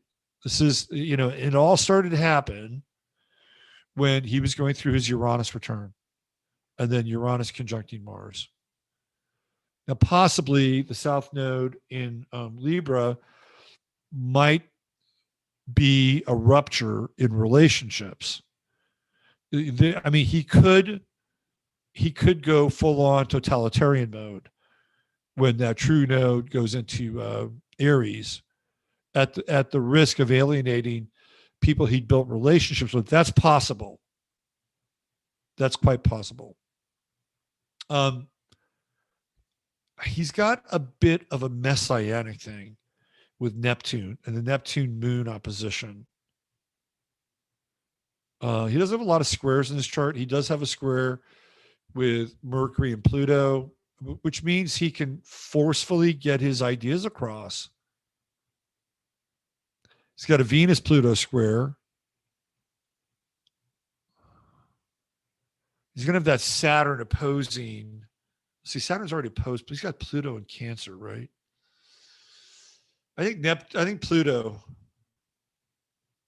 even when Pluto goes into Aquarius, if he's around long enough, which he probably will be with this chart, it's going to like trine his Saturn, trine his Sun. I mean, sextile Saturn. I mean, I'm just trying to figure out where the holes in his astrological game are. And there aren't many, with the exception of burning through some relationships. That's the one thing. And then the opposition with the Pluto opposition. If he makes it through that, this guy's going to be around for another 13, 14 years. And especially if he's like dealing with, his upgrades from Yuval Noah Harari, right? Yeah. I mean, I remember when I first looked at his chart, I thought to myself, this guy's got kind of a formidable chart. When you look at his, and I'm not here singing his praises. Like, I'm here just to read his fucking chart. And with all that Aries, right? He's going to be out in front. He's going to set the tone. He's going to set the pace. He's going to be a pioneer, and he's going to be unapologetic. Klaus Schwab doesn't give a fuck. He doesn't give a fuck about what you think or what I think. Maybe what some other people who might be theoretically his equal, but I'm guessing he doesn't see many people as his equal. Not with this chart. And he's unapologetic. That's the nature of Aries. And we have Mars transits to Saturn, Mars transits to his Sun. He's going to have his Mars return. And we saw what happened during 2020, actually it was 2021 with his Mars return. This whole World Economic Forum scam really kicked in. It was kicking in 2020 when America was burning. Klaus Schwab was extolling the virtues of the twin reset, or the we talked about it last week, the twin forum at Davos. So I would say that the Pluto opposition, which will go back and forth for the next year, that's a big time. The Pluto opposition. And maybe this Saturn retrograde coming in and hitting his Jupiter, it won't square his Mars. But 19 degrees, it will. And maybe he may come under some criticism. But this guy doesn't give a shit about criticism. I'm telling you right now. He hardly has any emotion in his chart. He's got the moon in Pisces. That's Pluto in Cancer. It's generational water. He has hardly any emotion at all. This guy's all fire and earth and crazy ideas with Chiron and Gemini. All right. So I looked at his progress chart.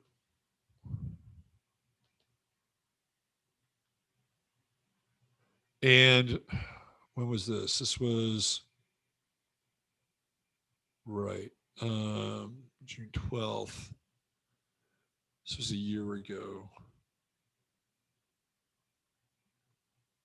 All right, let me just, I was playing with his progressions. Got a bunch of his progressions. Okay.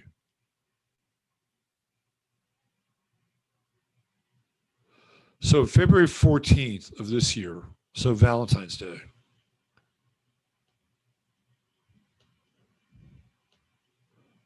Klaus Schwab's sun went into progressed Cancer at 0 degrees, and that's where it is right now.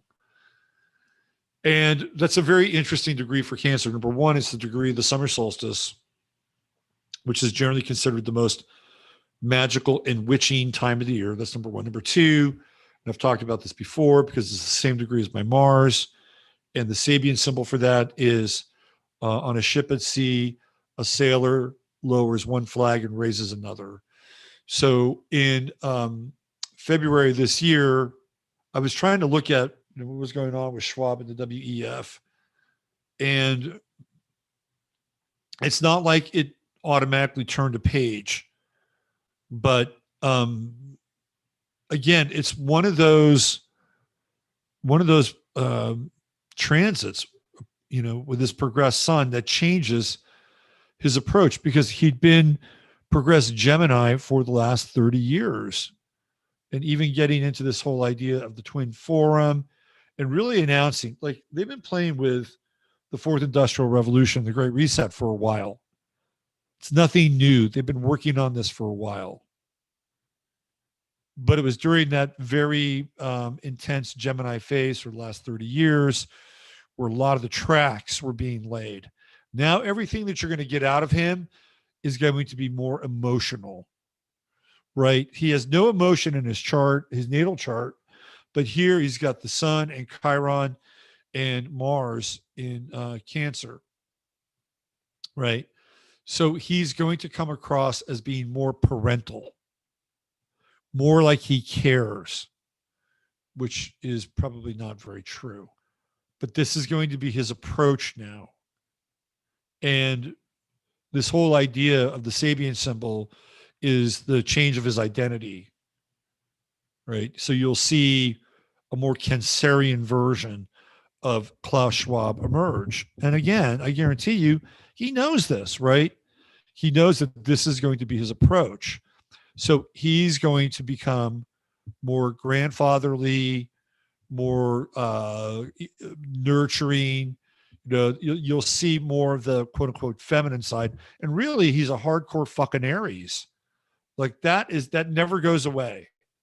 But this is how he's going to morph, right? And as his progressed sun continues to progress, it's going to be getting closer in degree to his progressed Jupiter, which is at retrograde 2 Pisces. So he's going to feel as though he's on some kind of a spiritual mission. Klaus Schwab will feel like he is doing, whatever his version of God is, he'll feel like he's doing God's work. So again, you're dealing with somebody here that is theoretically evolving, right? And next year, his Mercury, which is a 29 Gemini, moves into 0 Cancer. So it's very intuitive. And I wonder if he'll get some kind of upgrade that theoretically matches whatever's going on with him in terms of his progressed chart. And I would not be surprised if you start to see Klaus Schwab next year begin to address people of the world directly. And I think this guy is going to be the theoretical voice of quote unquote reason as the world hurtles into more chaos, more breakdown, more into build back better territory. You haven't even seen what Klaus Schwab is capable of yet. And I'm not saying that in a way to glorify this man and his abilities. I'm talking about the marketing of Klaus Schwab. You haven't seen anything yet. Just wait. It's coming. And the way that they'll likely make this thing more potent is to use frequencies when he's talking. Okay. I could easily see Klaus Schwab with, worldwide global transmissions and people dialed in and listening, and not just listening to but frequencies that are tweaked, empathy, right? Empathy, because there's a frequency for everything. And I remember experiencing this. I've told this story before when I used to watch George Bush back when he was the tyrant of the White House, the tyrant of the Oval Office. And I would watch his press conferences and I would be filled with feelings of being happy and joyful. And I couldn't, it was weird because intellectually I'm saying, this guy is a fucking piece of shit. And yet that's not how my emotional body was responding. And I had to turn those press conferences off because I know I was being manipulated. And I think they could do the same thing with Klaus Schwab. And I think they will. Notice that he was born with Uranus and Taurus, and we're in Uranus and Taurus now. So he was born during a time where there had been a great deal of technological advancement with Uranus and Aries. A lot of things were happening with Uranus and Aries. Uranus and Taurus comes around, and that advancement begins to stop because World War II is about to take place. And they're going to use a lot of the stuff that they RD'd. Well, they're going to use a lot of stuff that they developed during World War II. And then by the time World War II is over, they take that stuff and the things that they can use and make money off of, they put them on assembly lines, industrialize it, commercialize it, and then make a shit ton of money off of it. So he's in that sort of down-tuned period, right? He lives through World War II. And some people say, he's a fascist because he has all this Aries in his chart. But there was an anti-fascist movement in Germany that was almost as equally as strident as the so-called fascists were. And he may be more closely aligned to that movement, which is the same theoretical ideology of Antifa, which is anti-fascist, right? Which ironically becomes very fascist. So his progressed chart, he's got Venus and Leo. He's got that Moon Saturn conjunction. Well, that happened. Let's look at where he is now progressed. Just wanted to show you when his sun went into zero Cancer. So he's now playing the role of the father, right? That Cancerian father. It's going to make everything so much better. So much better. Let's see. Yeah, here he is right here. Where's his Mercury? Hold on. Where's that Mercury? Oh, his Mercury's at what's the date today? Oh, it's from 2020. My bad.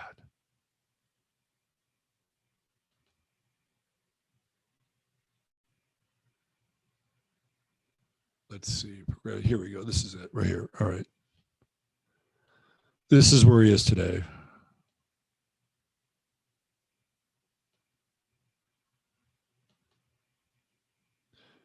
Mercury 2942. There's that sun and Moon Saturn conjunction exact. That's a hard ass. That's the hard ass moon. It's moving out of square. So watch for this guy to start making some big moves here. Especially that Moon Saturn conjunction. That's hard. That's harsh. That's very harsh. Then the in conjunct with Neptune. That's like feigning to care but not caring. And we're getting real close here. So the next couple of weeks, right? That Moon Saturn is going to be absolutely conjunct. And Where is that? That's in his natal chart.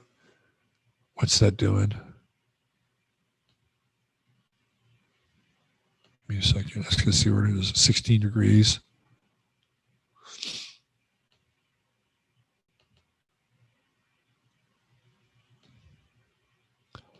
Too much Schwab.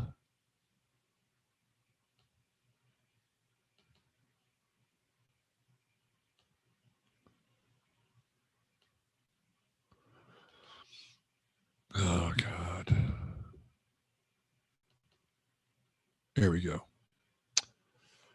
So let's see. Progressed Saturn, which he has at 8. So Saturn has progressed 8 degrees in a wide conjunction with Venus, and then his progressed moon over the course of the next, well, let's say year. It's going to start to conjunct Venus, Mercury, Uranus, and Mars. So this guy's going to be, emotionally juiced. He's going to have an emotional investment in what he's doing. And we just see what's, the front of the screen. We don't know what's going on behind the screen. And the access to whatever technology that they connect with in Switzerland.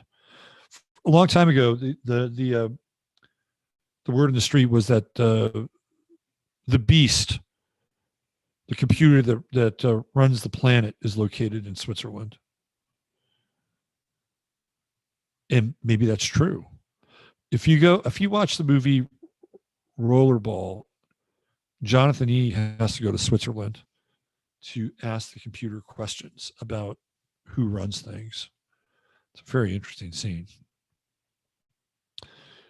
Yeah, so who knows we just see the front of the screen.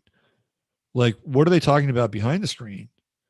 And what is, he may be all Mr. Sun in Cancer, the benevolent patriarch of the Fourth Industrial Revolution and the Great Reset. Behind the scenes with that Moon-Saturn conjunction, is fucking hard, right? It's like, take no prisoners. There's no empathy there. This is very different, very, very different projection of Mr. Schwab. Okay, let's take a look at the chart for the World Economic Forum. And this is why I think they know what they're doing astrologically. So the World Economic Forum started in 1971. And it was started on January 24th, which makes it what? Aquarian. It's an Aquarian organization, 3 degrees Aquarius.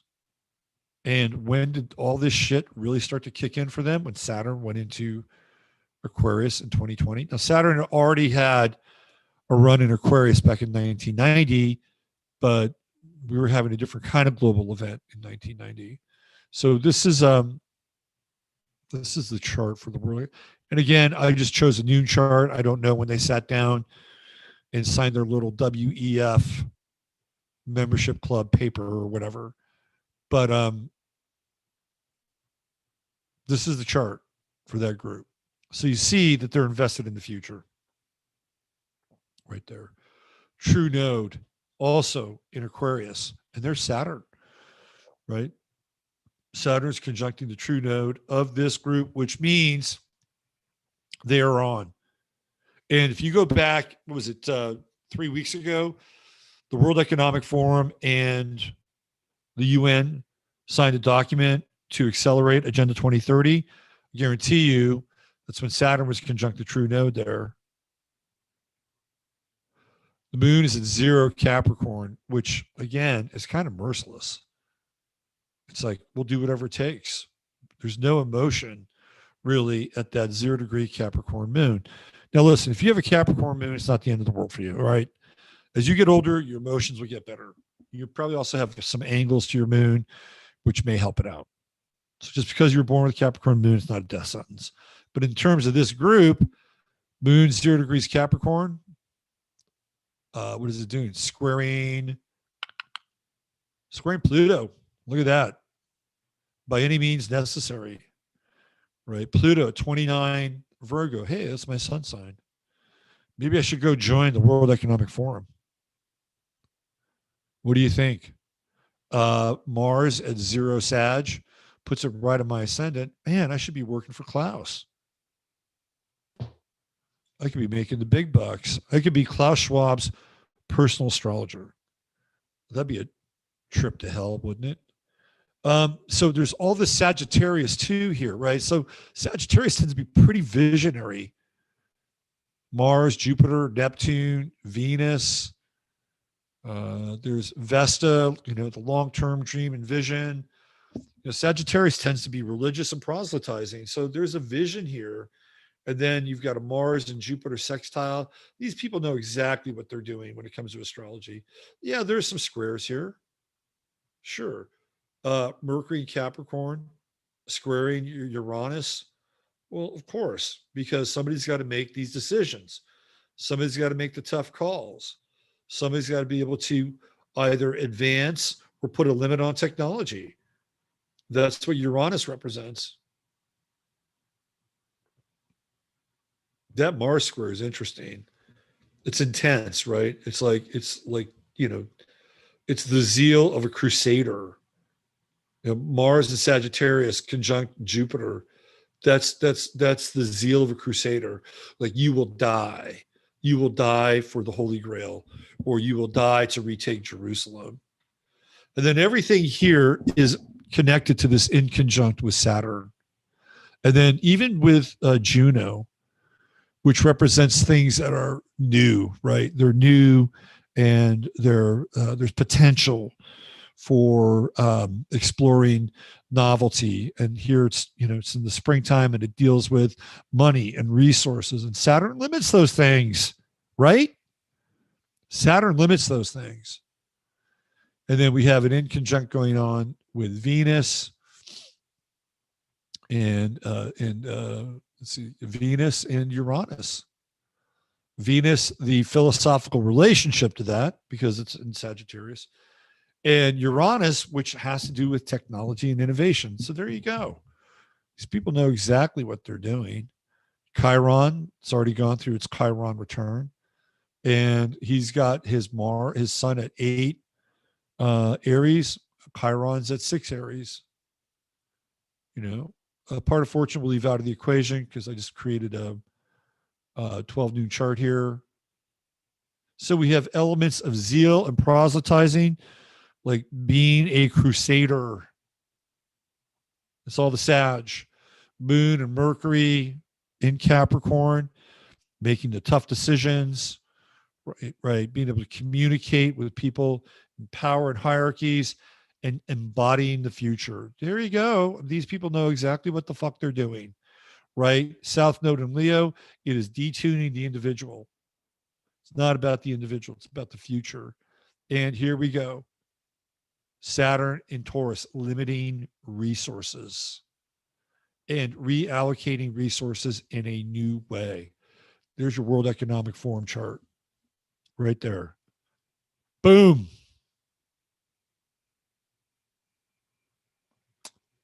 And, even a bit of a psychic element with Pallas and Pisces, very psychic, and seeing patterns and trends happen. I think there's probably an occult connection here with the World Economic Forum too. That's my sense. And it really has a lot to do with Schwab's progressed chart. That's Scorpio, the Taurus in his chart. Anyway, there you go. And then we're going to have Pluto conjunct the sun for the World Economic Forum in 2 years? You don't think these people know this, understand this, that it becomes a transformational driver and the force in the world? But that said, we also know that Aquarius doesn't always operate under standard operating procedure. You set out to go in a certain direction, and it doesn't always work out that way. At the end of the day, can Klaus Schwab and the World Economic Forum be laying the groundwork and the tracks for a much more unified world, a world that we're really tapping into energy and resources that are much more decentralized than what we're experiencing now. Are they actually laying the track and the groundwork for that, and they don't even know it? Wouldn't that be the ultimate irony? And I think, and I feel that ultimately that's the case. That is the case. In the meantime, you need a dream and you need a reason to be here. And you also need to start connecting with other people. And I'm not the only one saying this. So if you can do that, if you can accomplish those three things, and the fourth thing would be to stay healthy, right? You can evolve. You can evolve and you can grow and you can do and see and experience. On the other side of this, right? On the other side of this, it's funny. Danny and I were talking about this last week and be like, well, what would happen if we were living in this world where a lot of the things that, like, let's say, like a lot of the Tavistock stuff. I think Crimmys and I were talking about this too. But what would happen if that stuff just wasn't there? Like, because it's almost like that's the you know the baling wire and the glue that creates the reality, so-called reality we're living in. What if that stuff wasn't there? Like, what would this thing be like? I think it'd be very interesting. And I believe we owe it to ourselves to experience that. So hang in there, endure in order to evolve, and have a dream, have a raison d'etre, and connect with other people. And for everybody tonight who is in chat, bless you all. God bless you all, because there's a lot of pathos tonight, and a lot of people unexpectedly sharing stories of loss. And we're in that South Node in Scorpio, and it's going to come through. And don't forget to get support and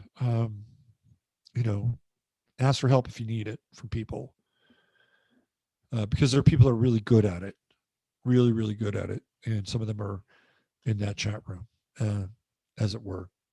All right. I'm out of here. You people on the East Coast, it's time for you to go to bed. It's 10 o'clock at night. You want to take advantage of your sleep cycle. For me, I'm going to have something to eat, and I'll relax. And I'll see you guys tomorrow for 15 minutes of flame.